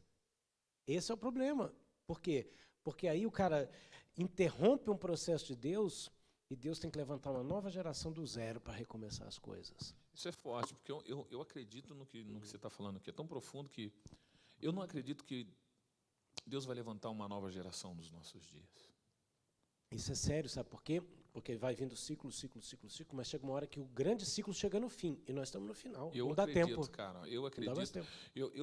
É interessante isso, pô, que papo gostoso, velho. Pô, inclusive você que está assistindo aí, gente, dá um like aí, compartilha com alguém, faz um comentário aí, ajuda a gente a divulgar a palavra de Deus. Esse é o alvo disso que eu estou falando. Claro que a gente está conhecendo uma boa parte da vida do Rafa, mas também sendo edificados, né? Se esse papo está sendo edificante para você, para a tua casa, para os teus amigos, convida todo mundo, chama todo mundo, em nome de Cristo Jesus. É disso que eu estou falando. É interessante isso aí, por quê? Porque o relativismo, você começou a ver esse relativismo entrar. É. Quando foi a má interpretação uma das realidades Por foi a exemplo, má interpretação da teologia da prosperidade. eu acho que a coisa começa gradativa. A primeira coisa é, a pessoa tem que criar uma teologia para comprovar aquilo que ela está a fim de viver, de pregar. Ao contrário dela se adaptar à teologia, a Bíblia, ela cria uma teologia para si. Então, eu acho que surgiram muitos movimentos que fizeram isso. Tá? E que E foi extremamente prejudicial. Foi. Né? Foi extremamente nocivo. E acho que até coisas que, por exemplo, foram benéficas em outros países, quando chegou no Brasil, o Brasil também deturpou. E aí está uma grande questão. Porque uma vez, Rafa, eu não sou uma pessoa que baseio minha vida em experiências, mas eu baseio minha vida na palavra de Deus. Sim. É claro que as experiências elas cooperam para o que está escrito, meu amigo. Se está lá escrito, eu vou viver, meu velho. Exatamente. É tomar posse da palavra, né? E como Deus usou o rei Davi, ele não usou Salomão. Eram gerações diferentes. Como Deus usou Salomão ali em Jerusalém, ele não usou Daniel na Babilônia. Eram realidades e principados diferentes. Exatamente. Né? Então, isso quer dizer que Davi entendeu que a roupa de Saul era muito pesada para ele matar o gigante. E você não acha que essa mescla, essa mistura de realidades cultural trouxe um problema para o avivamento? Porque o que acontece? Eu não sei se É uma você linha. entendeu Eu a minha- entendi. É uma linha muito tênue. Por exemplo, eu vim num congresso que você está promovendo, ser profundamente abençoado e levar esta unção para os lugares e liberar essa unção e deixar ela se adaptar, né, transformar o lugar, melhor dizendo. Tá? Por exemplo, é uma hortênsia que você pega do Rio Grande do Sul e planta ela no Canadá. É a mesma planta, só que ela vai ter cor diferente, por causa do pH da água, da terra, aquela coisa toda. É a mesma semente? É, mas vai ter cores diferentes, por quê? Porque são realidades diferentes. Então eu posso vir aqui receber uma unção através da sua vida e ministrar na minha cidade e ver que ela manifesta-se com características diferentes. E outra coisa é, eu chegar lá e imitar você ipsis literis. Por quê? Porque eu quero aquilo que aparentemente eu vi. O Sidney tem um equipamento fenomenal, ele tem um cabelo bonitão, eu queria ter, não tenho.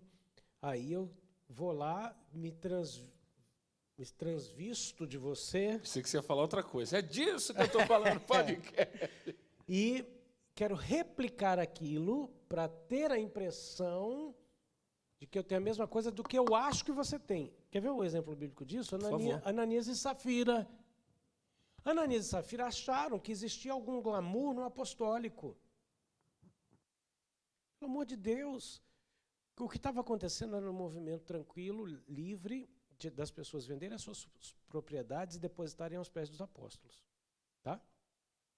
Nenhum momento foram obrigados a fazer isso. Só que Ananias e Safira viram algo que encheu os olhos deles. Eu acho que eles queriam algum aspecto do resultado, mas não queriam viver. É como o mágico lá, né? O mago Elimas. É isso aí. Ele queria aquele poder, mas porque ele queria o quê? O glamour que ele achou que teria, a evidência que ele teria por ter aquele poder. Então, em plena graça, nós vemos o Espírito de Deus liberando o quê? Morte. Morte, cara. Então, o relativismo ele começa quando as pessoas elas começam com egoísmo. Olha o que eu vou te falar agora, Sidney. Eu acho que o começo do processo ele é uma faca de dois gumes, tá? Ele começa o seguinte: o cara pensa o que vai me beneficiar. Então ele começa a torcer um pouco a teologia em favor pessoal. Só que com o passar das décadas, ele já começa o seguinte: o que vai beneficiar o povo que vai fazer com que eu me dê bem. Uau, aí você entrou em algo que é terrível. Porque aqui está Jesus. Não sei se eles vão conseguir pegar a câmera aqui. Né? Você entrou em um raciocínio que eu penso. Né? Não sei se está saindo a garrafa aí. Tá? Né? E aqui está aparecendo a canequinha aí também. Mais para trás aqui. Né? Então aqui está, né, Jesus. Né? E aqui está Pedro. Pedro negou Jesus. Isso. Pedro negou Jesus. Pedro vai restaurar Jesus e pergunta como. Ele não perguntou Pedro se estava bem. Oi, aí, Pedro, você está legal? Você está bem? A única pergunta de Jesus foi uma só. Tu me amas? Não é? Quem é Jesus? Jesus é a palavra. É o Logos. não é? Tudo bem, se ele é o Logos eterno, ele é a palavra. Ele perguntou para Pedro, tu me ama? Sim, apacenta minhas ovelhas. Só que você não acha que a galera está amando as pessoas e negligenciando o Logos? Exatamente. Porque amando as pessoas eu me beneficio delas. Uhum. Então é melhor me beneficiar delas do que apresentar o Logos. E para isso, eu relativizo o evangelho, tornando a mensagem mais agradável e atraente. Uau! E aí entra os gatilhos mentais, que a gente tem falado tanto, que é uma loucura, que desde a década de 90, quando começou a chegar isso, muita gente não entendia o que isso ia virar lá no futuro. Então imagina comigo agora aqui, meu amigo, se Jesus não voltar em 10 anos, qual será a situação da igreja? Seríssima. Seríssima. Olha, a Bíblia fala assim, ó, que se Jesus não abreviasse os dias, será que ele encontraria fé na terra? Tamanha gravidade. Porque, Rafa, isso é tão profundo, cara. Meu amigo, hoje, vamos lá, nós sabemos que existe um campo branco, os campos estão brancos, né? Mas Isaías revela quem deu crédito. Quem deu crédito? Paulo diz, como ouvirão se não há quem pregue, né? Jesus disse, eu encontrarei essa fé na terra. Nós sabemos que tem um campo de não cristãos a ser ganhos. Mas e os cristãos que relativaram a mensagem? Sidney, eu estou fazendo nessa semana aqui, do dia 19 ao 23 de julho, uma série de lives, falando que o tema é Desenvolva sua salvação. Então, a primeira coisa, a salvação é um negócio que você tem a responsabilidade de cultivar e desenvolver. Quando você fala cultivar e desenvolver, nós estamos num contexto, tá bom? Num contexto onde uma vez salvo, salvo para sempre. É isso na cabeça de alguns, né? Na cabeça de alguns. Hoje, né, cara, tá assim, as pessoas falam, Jesus é amor, sacou? Deus é amor e o que importa é o amor e tal, né? Porque tiraram a responsabilidade. Gente, o problema do relativismo com a palavra é que você tira todas as responsabilidades. Você pega só o que te agrada. Por exemplo, esses dias eu vi um post no Facebook, uma frase dita ser uma frase do grande pregador Moody, a respeito da Bíblia. E quando a gente vê o nome dele, o nome de peso, tá? O cara que realizou muito em Deus, você simplesmente compartilha, sem pensar, sem analisar.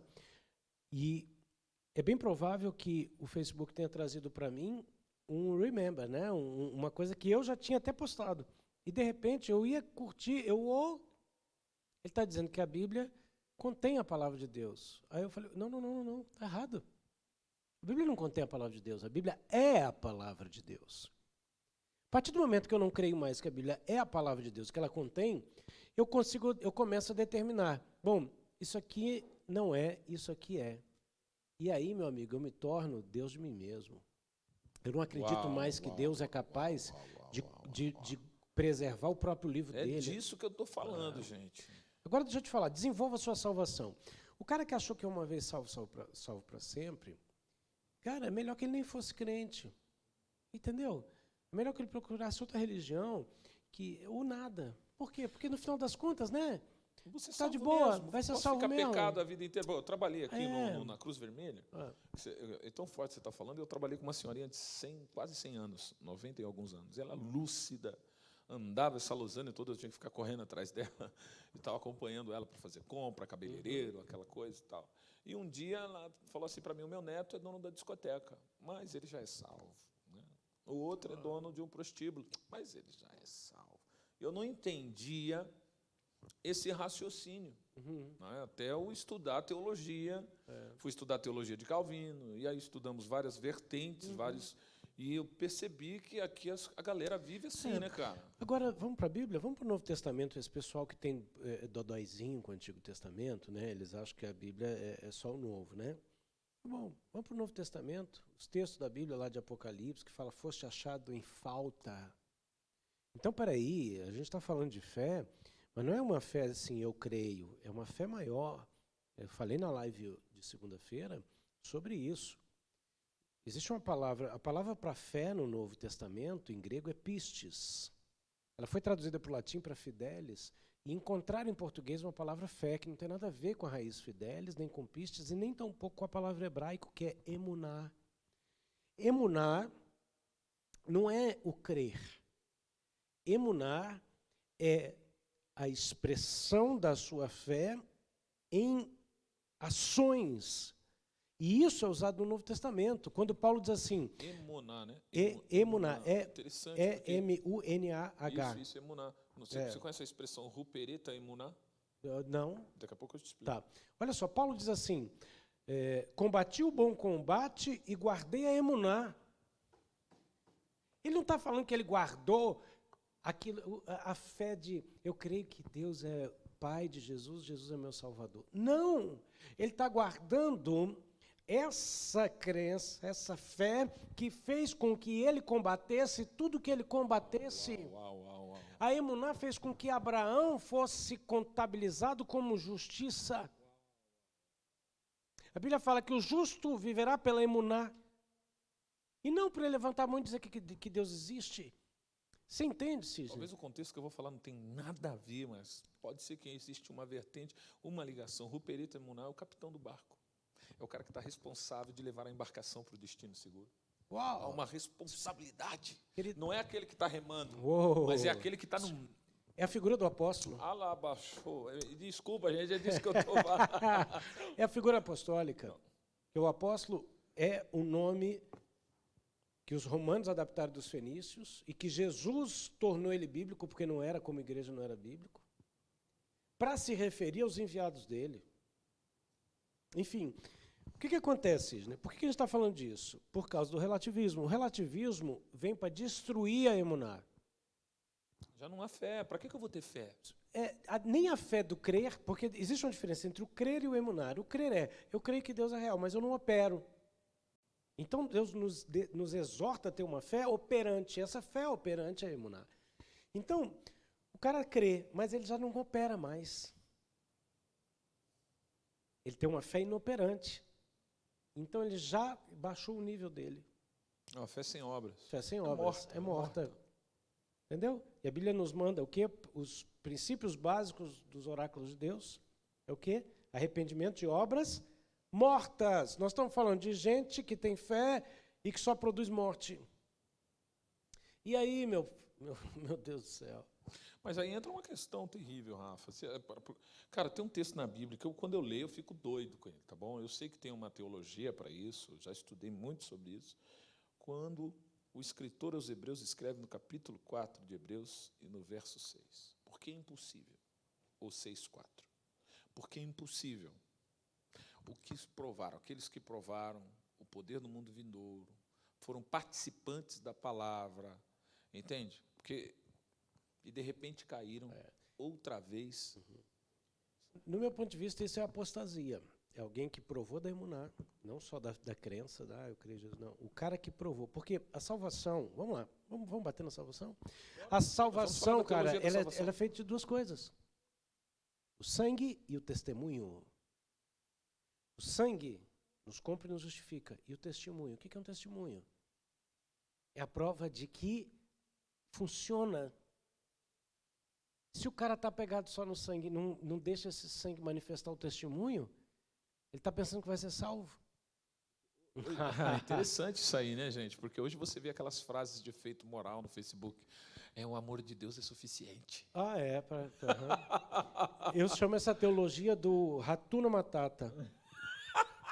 É disso que eu estou falando. Sabe o que é? É o Timão e o Pumba fumando maconha com John Lennon. Entendeu? Pastor fala do Timão e Pumba fumando maconha. Isso vai dar ibope no podcast. Com John Lennon. E cantando hino. Entendeu? Os seus problemas você vai esquecer. Imagine all the people. Sem o céu, sem o inferno sobre eles. É esse o evangelho que tem muito infeliz pregando. Ou seja, para que Jesus? Para que arrependimento? Para que arrependimento? Para que cruz? Para que... Para que novo nascimento? Se todo mundo vai ser salvo. Os caras estão tirando a cruz, estão tirando o novo nascimento. Na realidade, tudo que fundamenta o emuná está sendo Arrancado da igreja. E isso, meu amigo, você não acha que tem um PNL aí entrando, ou forte. gatilhos mentais, essa teologia que todo mundo está aí, é um movimento, porque é um movimento devastador, Rafa. Sabe o que eu me apavora? Tem coisa que eu não quero falar, não. Mas tem algo que me apavora. Existe um movimento global, uma agenda para 2030, com quase 20 temas, tá? Só que se você analisar esses temas, eles têm um pano de fundo contrário ao que eles estão propondo. Não quero entrar no detalhe. Ou seja, PNL, amigo. Exatamente. Porque hoje a gente está vendo todas as estratégias de guerra atacadas ao mesmo tempo. Entendeu? Hoje, você vê a pessoa te falando uma coisa e fazendo outra na sua cara. A coisa está horrível. E o que me choca é ver uma centena de ministérios apoiando uma agenda como essa. Uma agenda como essa. Que é contra a família tradicional. E essas agendas são contra a família tradicional, contra a Bíblia. E tem ministérios ainda. Centenas. Ministérios grandes. E não estou te falando, não. Como pequenos. Estão apoiando. Está impresso, está divulgado, está sendo vendido. Cara, você lembra aquele... nós compartilhamos uma live, você me convidou para fazer parte de uma live semana passada. E você lembra de uma visão que eu tive daqueles camaradas que saíam de trás da porta, uma porta... Exatamente. Ou seja, eles viviam da destruição do princípio do Eimoná. É isso aí. Né, cara? Será que isso não está acontecendo? O relativismo ele vem para isso. Ele vem minando a veracidade da palavra. Aí ele gera o quê? Tudo é relativo, então ele vem para atacar o fundamental. As pessoas você é fundamentalista, como se fosse uma ofensa. Queridos, existem coisas que são imutáveis. Então existe uma diferença entre importante e fundamental. Certo? Por exemplo, comer frutas é importante, mas saber que hora comer a fruta é fundamental. Beber água. Beber água é importante, mas saber quando e quantas vezes ao dia e que hora e antes de quê é fundamental. Para ter o resultado que aquilo pode gerar. Ou seja, isso é muito forte. Porque você não acha que hoje a igreja só está trabalhando por resultado e esquecendo do propósito? Exato. E o resultado medido na força do próprio braço. A questão é, a régua de Deus não é minha régua. A régua de Deus não é a régua de muitos líderes que estão aí medindo uns aos outros. Parece menino de escola. Tu lembra daquele provocadorzinho da escola que te dava com o ombro assim, depois ficava assim, ó, antes de entrar na briga, ficava medindo o ombro? É isso que a gente vê com muitos líderes hoje. O cara está medindo você com a régua dele. Eu me lembro que eu participei de você falando disso há 12 anos atrás, eu participei de uma convenção. Eu não conhecia essa realidade, por quê? Eu entreguei a vida para Jesus e logo vim para cá. Então, aqui eu não conhecia a convenção, não conhecia ministérios. Então, aqui a igreja era na casa de um irmão, na casa de outro, até que começou uma igreja pequena, e a gente foi estudando e apoiando o pastor, aí, de repente, o pastor vai embora, porque você conhece a dificuldade. Entende? Então você fica com o povo e de repente vem um outro pastor e você ali crescendo até que nós tivemos o conhecimento de uma convenção, fomos participar de uma convenção. Então aquele mundo puro, né, da Bíblia, da gente falar assim, olha, o Senhor é o meu pastor, e ver o Senhor como pastor aqui nessa nação é incrível, né, cara? Tem esse desafio também, tem esse lado de ver o Jesus que faz milagre, realizar milagres aqui. Nós vimos essa realidade, de ver a pureza da veracidade da palavra e permanecer nela e continuar nela, não sair dela. Quando você vai para uma convenção, de repente, eu nunca tinha visto, aquilo é mágico, né, cara?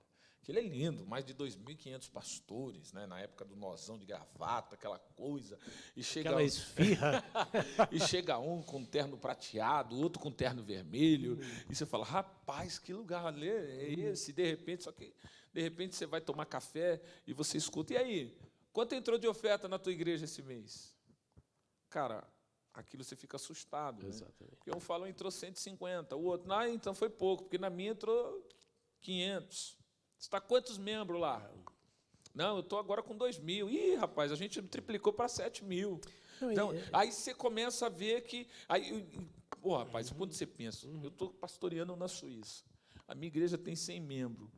A oferta que o cara falou lá, não chega... A minha oferta não chega a 1% do que eu falei, nem vou falar nada, misericórdia aqui, Jesus. Mas essa é a mentalidade. Né? Não vou dizer onde foi, quando foi, por que foi. Mas é uma realidade que hoje ainda é tangente nos dias atuais. Vê assim, vamos lá, eu creio em Deus de quantidade, creio. Absolutamente. Eu creio em Deus de quantidade. Definitivamente e A questionavelmente. gente não tem problema com números. Não pode ser alguma. Nenhuma. A questão é exatamente não é essa. A questão é, quando eu chego para você e falo assim, ou você chega...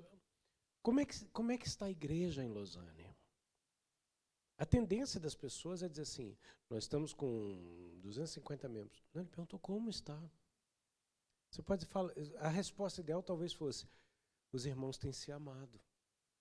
Os irmãos têm sido fiéis, perseverantes nas lutas. Aí você está respondendo a pergunta. Mas quando você fala assim, 350 membros, nós somos a segunda maior igreja em número... Né? Revelou o coração, né, Revelou, Rafa? ele está dizendo o que é importante. Me lembro que eu fui visitar uma igreja e eu fiquei assustado, porque nossa realidade de igreja Europa é muito diferente. Totalmente. Né? Então você entra, aí a pessoa, a primeira coisa que fala, isso aqui lota de mulheres. Isso aqui fica lotado. Né? Mas você não quer saber se fica lotado. Porque a gente vem de uma realidade totalmente diferente. A gente vem do campo missionário, meu amigo.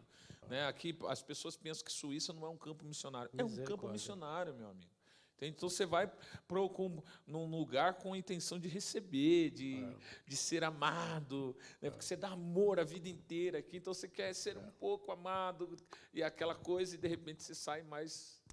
Amigo, eu cresci numa época, numa igreja abençoada, que a gente tinha 2 congressos no ano. Hoje, as igrejas, todo domingo é um congresso. É a motivação. É a motivação. Você entendeu? É final de semana, conferência para tudo quanto é... Cara, me diz uma coisa, as pessoas nem sabem a diferença de culto para congresso. As pessoas também só sabem um evento que não é culto, é congresso. O cara não sabe o que é um simpósio, não sabe outras variações de eventos, ele não sabe. Tudo é congresso. Entendeu? Eu venho do ministério, cara, que nos anos 80, tinha 2 congressos no ano. Aniversário da igreja, 3 noites. Se convidava alguém de fora, sabe por quê?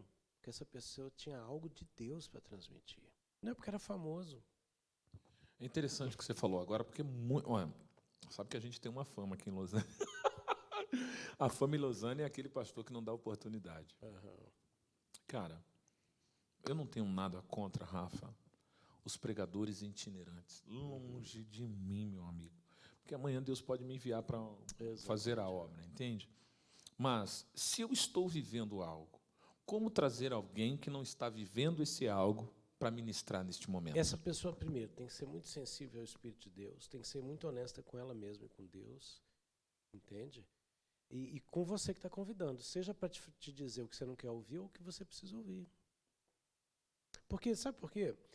Eu já viajei muito pregando. Eu fui pastor local, preguei em muitos ministérios de maneira itinerante. A gente corre um risco. Eu estou chegando num lugar em que eu não conheço o histórico, não sei o que você está vivendo. Eu ministro e vejo uma pessoa ser tomada pelo Espírito de Deus, ali, ser impactada e fisicamente expressar, uau. Só que se eu sentar com você, você pode falar assim, não, essa pessoa faz isso 20 anos, nunca muda de vida. E eu saio dali achando que aquilo aconteceu por minha causa. Que eu fui o vaso eleito. Isso aí, poxa, Rafa, interessante. Você entendeu? Então, agora, se eu sou sensível ao Espírito, eu penso assim, tá, tem algo do Espírito acontecendo. Mas o que isso a pessoa vai levar para áreas de transformação para a vida dela? Porque eu não vou diminuir as línguas, os dons e a unção, de forma alguma. Eu já ouvi pastor apóstolo dizer isso. O que adiantou o batismo com o Espírito Santo? O batismo com o Espírito Santo adianta muito. O que a pessoa deixou de fazer com ele que é o problema, não é o batismo com o Espírito Santo. Você entende? Até porque Jesus naquele dia vai dizer, meu amigo. Exatamente. Muitos vão vir dizer, Senhor, Senhor, em teu nome eu fiz, eu falei línguas, tudo bem. Era necessário, mas isso não é quesito. É isso aí. Para alguma coisa.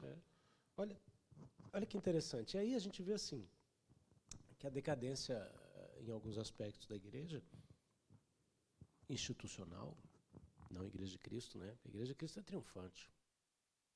É de glória em glória, né? Fé em fé. E também acredito o seguinte, do mesmo jeito que existe apostasia, o que vai se manifestar em nós? Um grande avivamento, cara. É isso aí. Hoje eu preguei o seguinte, você está esperando um grande avivamento ou você está sendo um grande avivamento? Entendeu? Então, agora, o que eu vejo é o seguinte, os caras começaram a atacar o fundamento. Para quê? Para que ele se tornasse relativo. Tá? E aí, com isso, cara, daqui a pouco você questiona a sua identidade. Você questiona a identidade de Deus e a sua. Bom, se a Bíblia não é real, então o Éden é a alegoria. Se ele é alegoria, eu não sou imagem de Deus. Se eu não sou imagem de Deus, eu posso ser o que eu quiser. E fazer o que eu quiser. Mas o mundo está caminhando para isso. Exatamente. E aí você vê a deturpação dos valores, dos princípios, da família. E começa a degradação moral. Aí daqui a pouco o cara, ele já relativiza a existência de Deus. Então, ele questiona a veracidade da palavra, depois ele questiona o vínculo com Deus, né? E daqui a pouco ele questiona a existência de Deus. E daqui a pouco ele vira ateu. Só que o pior disso tudo não é isso.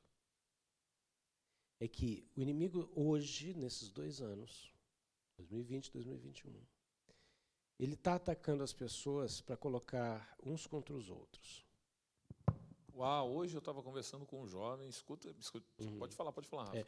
Uns contra os outros, em todos os sentidos. Antigamente, meu amigo, a gente podia conversar e ser oposto na opinião, mas a gente não ficava melindroso, sabe? Que time que você é no Brasil? Tu é vascaíno, tem cara de vascaíno. Tu é o quê? Olha para mim, eu sou crentiano. Tu é São Paulino, tu é Corinthians. Corintiano. Tu é Corinthians. Sou corintiano. Tu é Corinthians, então. Por exemplo, Brasília não tem time, né? A gente tem essa defasagem aí, né? Mas meus pais eram cariocas, né? Então. Flamenguista. Você é vascaíno. Não, você é vascaíno. Não. Vascaíno, cara. Então, por exemplo, eu tenho um melhor amigo meu em Brasília, meu irmãozão, ele é vascaíno e eu sou flamenguista. Cara, a gente é amigo de uma época em que, quando tinha jogo do Vasco, eu pegava aquele telefone de baquelite, ligava para ele, quando via que era ele que atendia, eu não dizia alô, não dizia nada. O Flamengo tinha feito gol no Vasco, eu só ligava, quando ele atendia eu dizia gol! Entendeu? E a gente é irmão. Hoje em dia, cara, a coisa é tão séria que se você falar assim, eu não gosto de maçã, o cara fala, o que você tem contra a pera? Você entendeu? Mas você não acha que isso deriva, Rafa, a uma raiz adâmica? Ou seja, um falso novo nascimento? Porque essa realidade ela deveria ser no mundo sem Cristo. Mas hoje, pela falta de uma verdadeira conversão. Né? Porque, por exemplo, aonde acontece a maior atmosfera de desonra, segundo você? É sério, cara? Sabe quando acontece a maior atmosfera de desonra? Uma convivência. Exemplo básico. Tem um pastor que eu assisti um estudo, que eu estudo com ele, e eu achei interessante, ele dizendo assim que ele estava numa determinada conferência, onde estava nessa conferência Augusto Cury. E ele foi convidado para ministrar em um dos dias. E o Augusto Cury ministrou no outro. Então, eles ficaram no mesmo hotel. E, de repente, eles começaram a conversar. E você sabe que pastor é mão de papo. E, de repente, eles estavam falando até de massa de tomate, rindo, dando a gargalhada. Nesse momento, o Espírito Santo falou para ele, ei, não confunda o comum com o extraordinário. E ele tentou entender. E o Espírito Santo lhe disse, a atmosfera de desonra começa na convivência. Quando você pensa que você é igual. Aí ele falou, não entendi. Essa pessoa que está aí na tua frente vendeu 60 milhões de livros. O honre, pelo menos. Então, nós vemos isso acontecendo com Adão. Adão se colocou no mesmo nível, meu amigo, e chegou e apontou Deus. Aí vem Jesus, que é o segundo Adão, e a Bíblia diz que ele se esvaziou. Aí você vê Paulo dizendo para Timóteo que nos últimos dias seriam tempos trabalhosos, porque o homem seria cheio de si mesmo.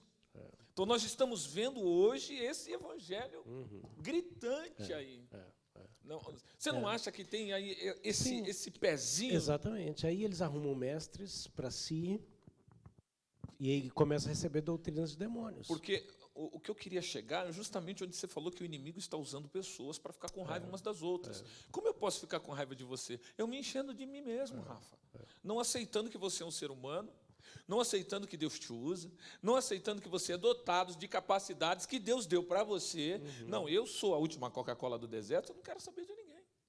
Então, e olha que terrível, é porque as pessoas, em nome de uma mensagem de amor e de igualitarismo, né, eles fazem o inverso. Eles questionam a gente. Caraca, é forte. É forte. É a PNL. Não, e aí o ponto final, o ponto crucial, que aí é para matar, que é o seguinte. A incredulidade, o cara se tornar um ateu, não é o fim. Um ateu contra um cristão não é o fim. O fim, sabe qual é? É que uns contra os outros, e eu não te digo que deixar de estar um contra os outros é concordar, baixar a cabeça. Não. Se eu vejo que você está errado, se eu estou te falando, essa tua pulseira é azul e você me fala que é vermelha, eu vou dizer, não é, não adianta. Não adianta, eu não vou Só mudar. se eu te dizer, eu sou daltônico. Perfeito, resolveu o problema. Agora, fora isso... Fora isso, meu amigo. Entendeu? Então, a questão não é essa, a questão é... A gente aprendeu com nossos pais. O respeito é o quê? Quando acaba meu limite, começa o teu. Acabou. Agora, isso não impede de eu dizer, querido, eu te respeito, mas não concordo. Acabou. Quando não existe esse respeito, existe um ataque mútuo, tá? O objetivo final não é o ataque, é que as pessoas se tornem satanistas. Uau. Então, doutrinas de demônios estão no altar. Você está entendendo? A Bíblia era o fundamento, a Bíblia era a verdade. O cara relativiza, traz perda de identidade, perda de valores, até chegar em disputas N's, até o ponto que o cara cai na total incredulidade, no total agnosticismo, no total ateísmo. Só que isso não é o final. O final é quando o cara chega a um ponto que ele olha, depois de tudo, ele olha e fala, o diabo é que é bom e Deus é que é ruim. Uau! Gente, é disso que eu estou falando. Por quê? Porque quando a gente vê Apocalipse, a gente vê o governo do anticristo. O anticristo é o homem do pecado. O que é o homem do pecado? Iniquidade é diferente de pecado. Por quê? Eu brinco, eu digo, pelo amor de Deus, gente, nos anos 80, você encontrava um desviado, o cara... E aí, fulano, tudo bem? Não, pai, eu estou pecando aqui, mas eu sou desviado. Hoje, você pega a pessoa fazendo toda a sorte de inferno e dizendo, eu sou evangélico. Deus me conhece. Deus que me julga. Você não tem o direito de... Deus que me julga. A minha pergunta é, você não tem medo? Você entende? Quer dizer, antes o pecador dizia assim, cara, eu estou errado. Eu me lembro, cara, vou te contar uma historinha que aconteceu comigo, você vai rachar o bico. Por quê? Isso aconteceu literalmente, eu até dei uma entrevista numa revista no Brasil, que é a Revista Cristã em Minas Gerais. E a mulher me disse um fato engraçado que aconteceu na tua vida. E esse fato, na minha conversão, foi qual? Eu trabalhava com um músico famoso lá no Brasil, na década de 90, e esse músico tinha um nome meio, que eu não quero falar, é meio pejorativo para a fé cristã em si. Resumindo, e eu entreguei a vida para Jesus e tal, e aquela coisa, aquele amor. Só que eu não podia falar para ninguém que eu era cristão. Pô, ser cristão era motivo de chacota, para quem não conhecia, para a realidade que eu estou indo. Então eu andava com uma biblinha de bolso, né, cara? Tal. Aí eu entrava no banheiro, para ler a Bíblia, sabe aquela coisa, tipo... vai subir, todo mundo, eu ali lendo e tal, querendo. Fomos, cara, para o palco. Chegou no palco, tal, aquela coisa. Tocamos no meio do show, aquela multidão de gente, ele começa a apresentar a banda. E eu estou ali tocando, cara, só que dentro de mim eu estou adorando a Deus, assim, dizendo, eu sei que um dia isso vai acabar e tal, aquela coisa do crente, né? Do medo de pecar contra o Senhor e tal. De repente, ele, no cavaquinho, abaixa todo mundo o instrumento. Esse cara aqui não tem cara de crente, meu. Cara, eu não sabia onde enfiar a cara. Não, resumindo, essa mensagem, ela trouxe muita gente para conversar comigo no final do show. E sabe qual era a conversa? Olha, eu estou aqui, sabe? Eu conheço a verdade. Não tenho força para voltar. Você não pode orar por mim. Mas eu não falei que eu era crente. Mas essa mensagem do cantor, que é a evidência, levou as pessoas todas a acreditarem que estavam desviadas, que eram crentes. Pessoas chorando no final do culto, dizendo, estou em pecado, eu sei, cara, mas eu temo a Deus, eu sei que eu vou voltar. Só que hoje a gente não vê isso, cara. Por quê? Porque a decadência chegou a tanto, entendeu? E as pessoas elas buscam aceitação dos seus erros.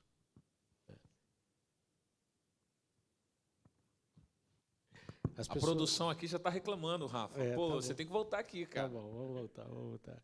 Só quero terminar. As pessoas querem hoje em dia, mais do que nunca, aceitação por seus erros. Tá? E isso é um problema. Porque antes a pessoa estava errada e ela dizia assim, eu sei que eu estou errado. Hoje não. Hoje a inversão de valores é total. O certo é errado e o errado é certo. E errado somos eu e você. Que pensamos, falamos e pregamos o contrário. O que está na Bíblia. O que está na Bíblia. Então, isso aponta para o final dos tempos. Mas não é para a semana que vem, para o ano que vem. Para agora. Agora. Por quê?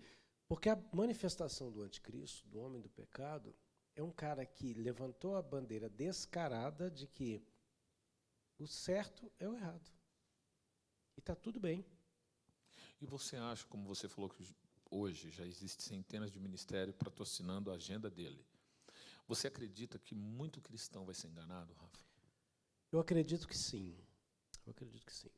Eu acredito que muitos cristãos estão sendo enganados. Pergunta que não cala. Essas pessoas serão enganadas pela ignorância ou porque elas estão longe da verdade? Não, claro que é uma pergunta redundante, mas eu não sei como me expressar exatamente. Você acha que essas pessoas que serão enganadas, elas estão sendo enganadas porque querem ou estão sendo enganadas pela ignorância? Eu acho que existem as duas coisas. Eu acho que existe a ignorância por um tempo e depois, vamos lá, né?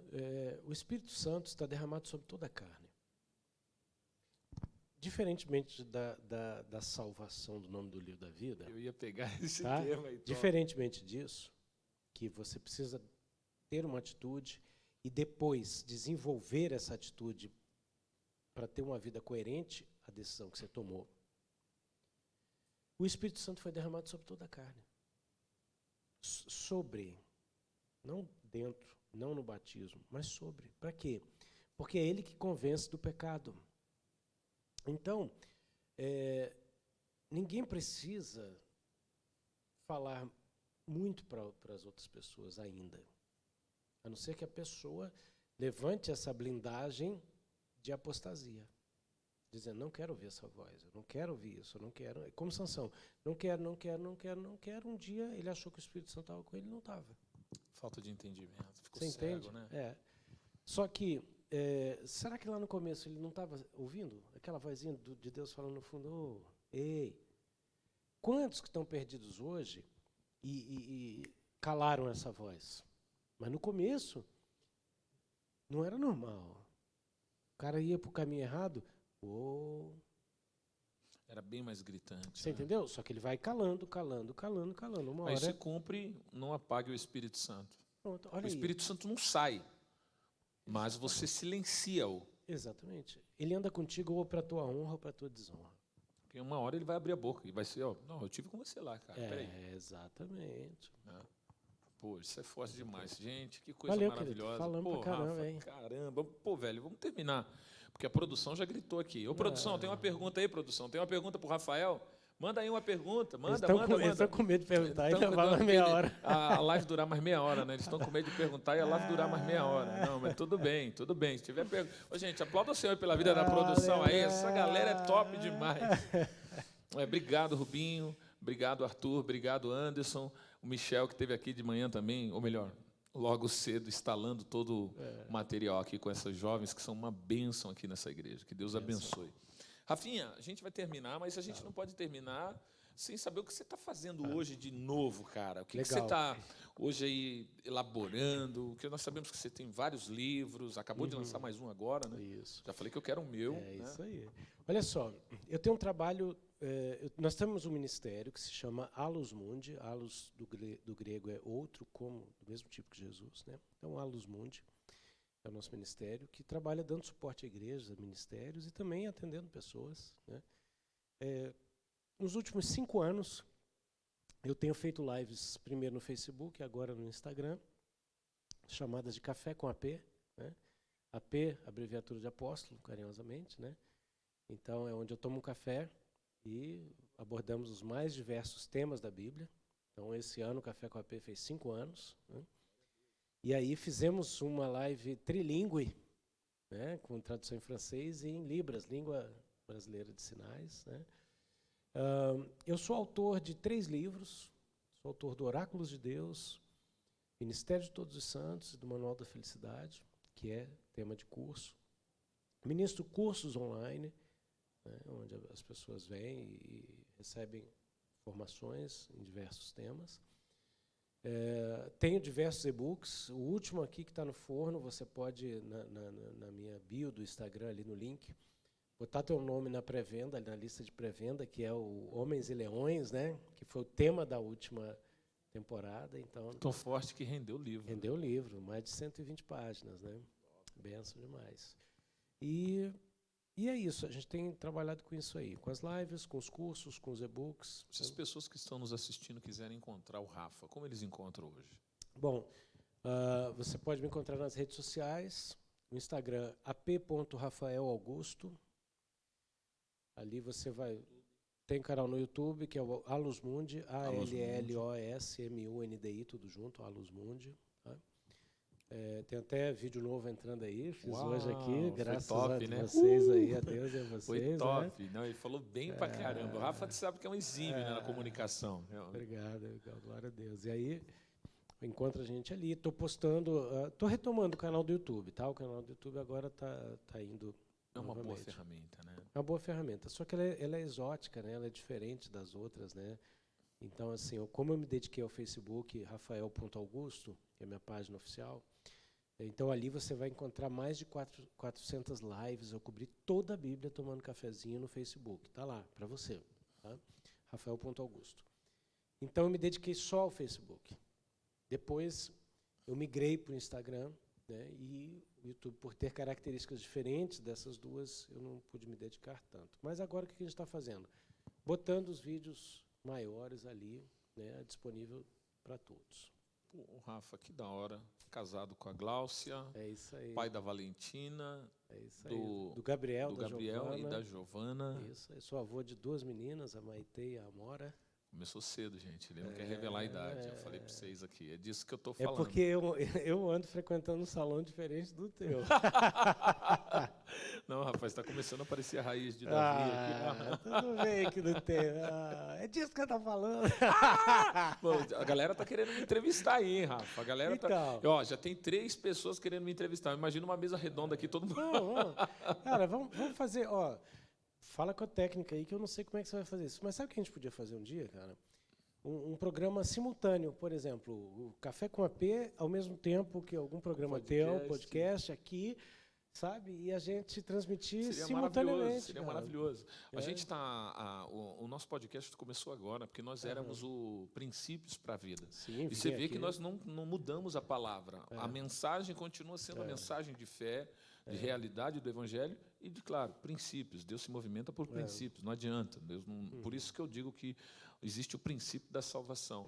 E tem muita gente pensando que é salvo. Eu não catalogo ninguém. Eu não tenho poder de anular a salvação de ninguém. Exatamente. E não tenho poder de dizer quem vai ser salvo. Sim. Mas a gente percebe que ela foi banalizada. Né, nos dias atuais. A salvação foi banalizada, o Espírito Santo foi banalizado, a palavra de Deus foi colocada em questão, o próprio Jesus, na boca de alguns cristãos, está sendo anulado. E isso mostra a volta do Senhor Jesus. Né, isso denota que a qualquer momento Jesus vem. E a pergunta que não cala para você é uma só: se ele voltar agora, nesse momento, qual será o teu destino? Porque com isso não se brinca. Você pode brincar com qualquer coisa, meu amigo. mas nós estamos falando de eternidade. E talvez você tenha trocado a eternidade pelo que é transitório. Como alguém disse, assim, de uma maneira que, sabe quando te machuca? Eu sei que é pecado, mas Deus sabe que eu esperei por isso.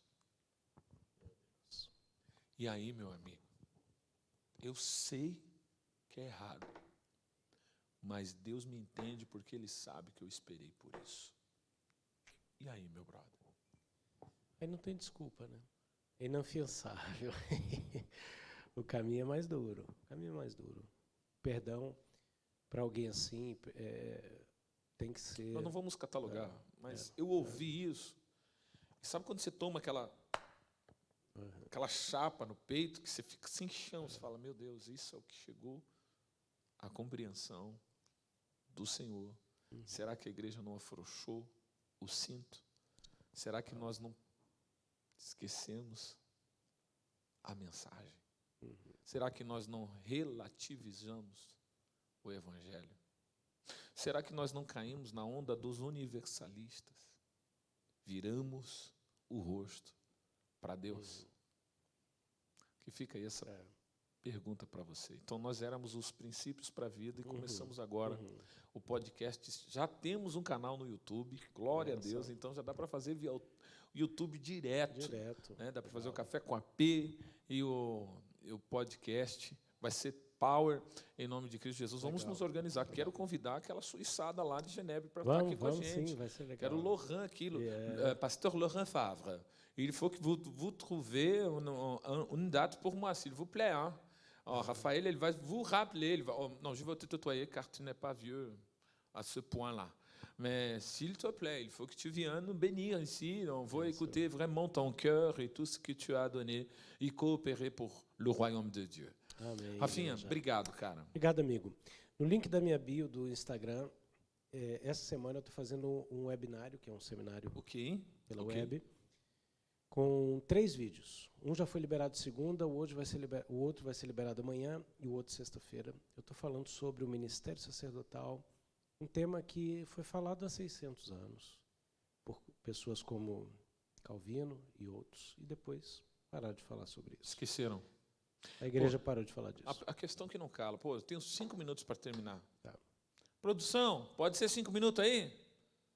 Pode não? Pô, dá uma moral aí, por favor. Eles estão ali, gente, eles estão morrendo de sono. 4 minutos, 4h59. Aí, glória a Deus. Rafa, esse é o lance do sacerdote. Porque hoje é uma grande questão que o ministério apostólico e profético também ficou esquecido. Exatamente. E você entra nessa questão? Exatamente. Eu mostro o seguinte, eu mostro que, primeiro, existe a restauração dos 5 ministérios, isso tem que ser pregado e vivido. A igreja começou apostólica, vai terminar apostólica. Tá? Só que os 5 ministérios existem em função do 6º. E se a igreja não descobre o que é o 6º ministério, como ele opera e por que ele é importante, os 5 ministérios perdem o sentido. Forte. E isso é muito sério. Entende?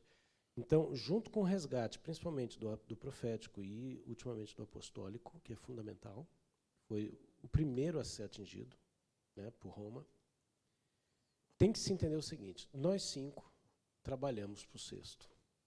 Muito bom. E aí, vem descobrir. Isso aí, gente. Entra lá na bio do apóstolo Rafael Augusto, vai lá participar do webinário, faça a sua inscrição, vai ser Power. Obrigado, Rafinha. Valeu, amigão. Deixa uma mensagem aí para essa galera acerca do relativismo, porque talvez esse minuto final possa ser um divisor de águas na vida destas pessoas. Você que fica relativizando tudo, vai chegar um ponto que tudo vai estar tão relativo que até a sua vida vai estar relativa e não vai fazer mais sentido, nem para os outros, nem para você. E é isso que você quer. Deus quer que você tenha uma vida fundamentada na rocha. Que os pés estejam firmados na rocha. A verdade não é um conceito. A verdade é uma pessoa que quer se apresentar para você. Eu te convido a abrir seus braços, entregar toda essa dúvida, todo esse relativismo e vir para Jesus. É isso aí, gente. É disso que eu estou falando. Fica por aqui. Na semana que vem, vamos ter aqui também o Tiago de Holanda. É um amigo meu que mora em Dubai e vai estar aqui nos honrando. Vai ser maravilhoso também. Deus abençoe. Fique na paz.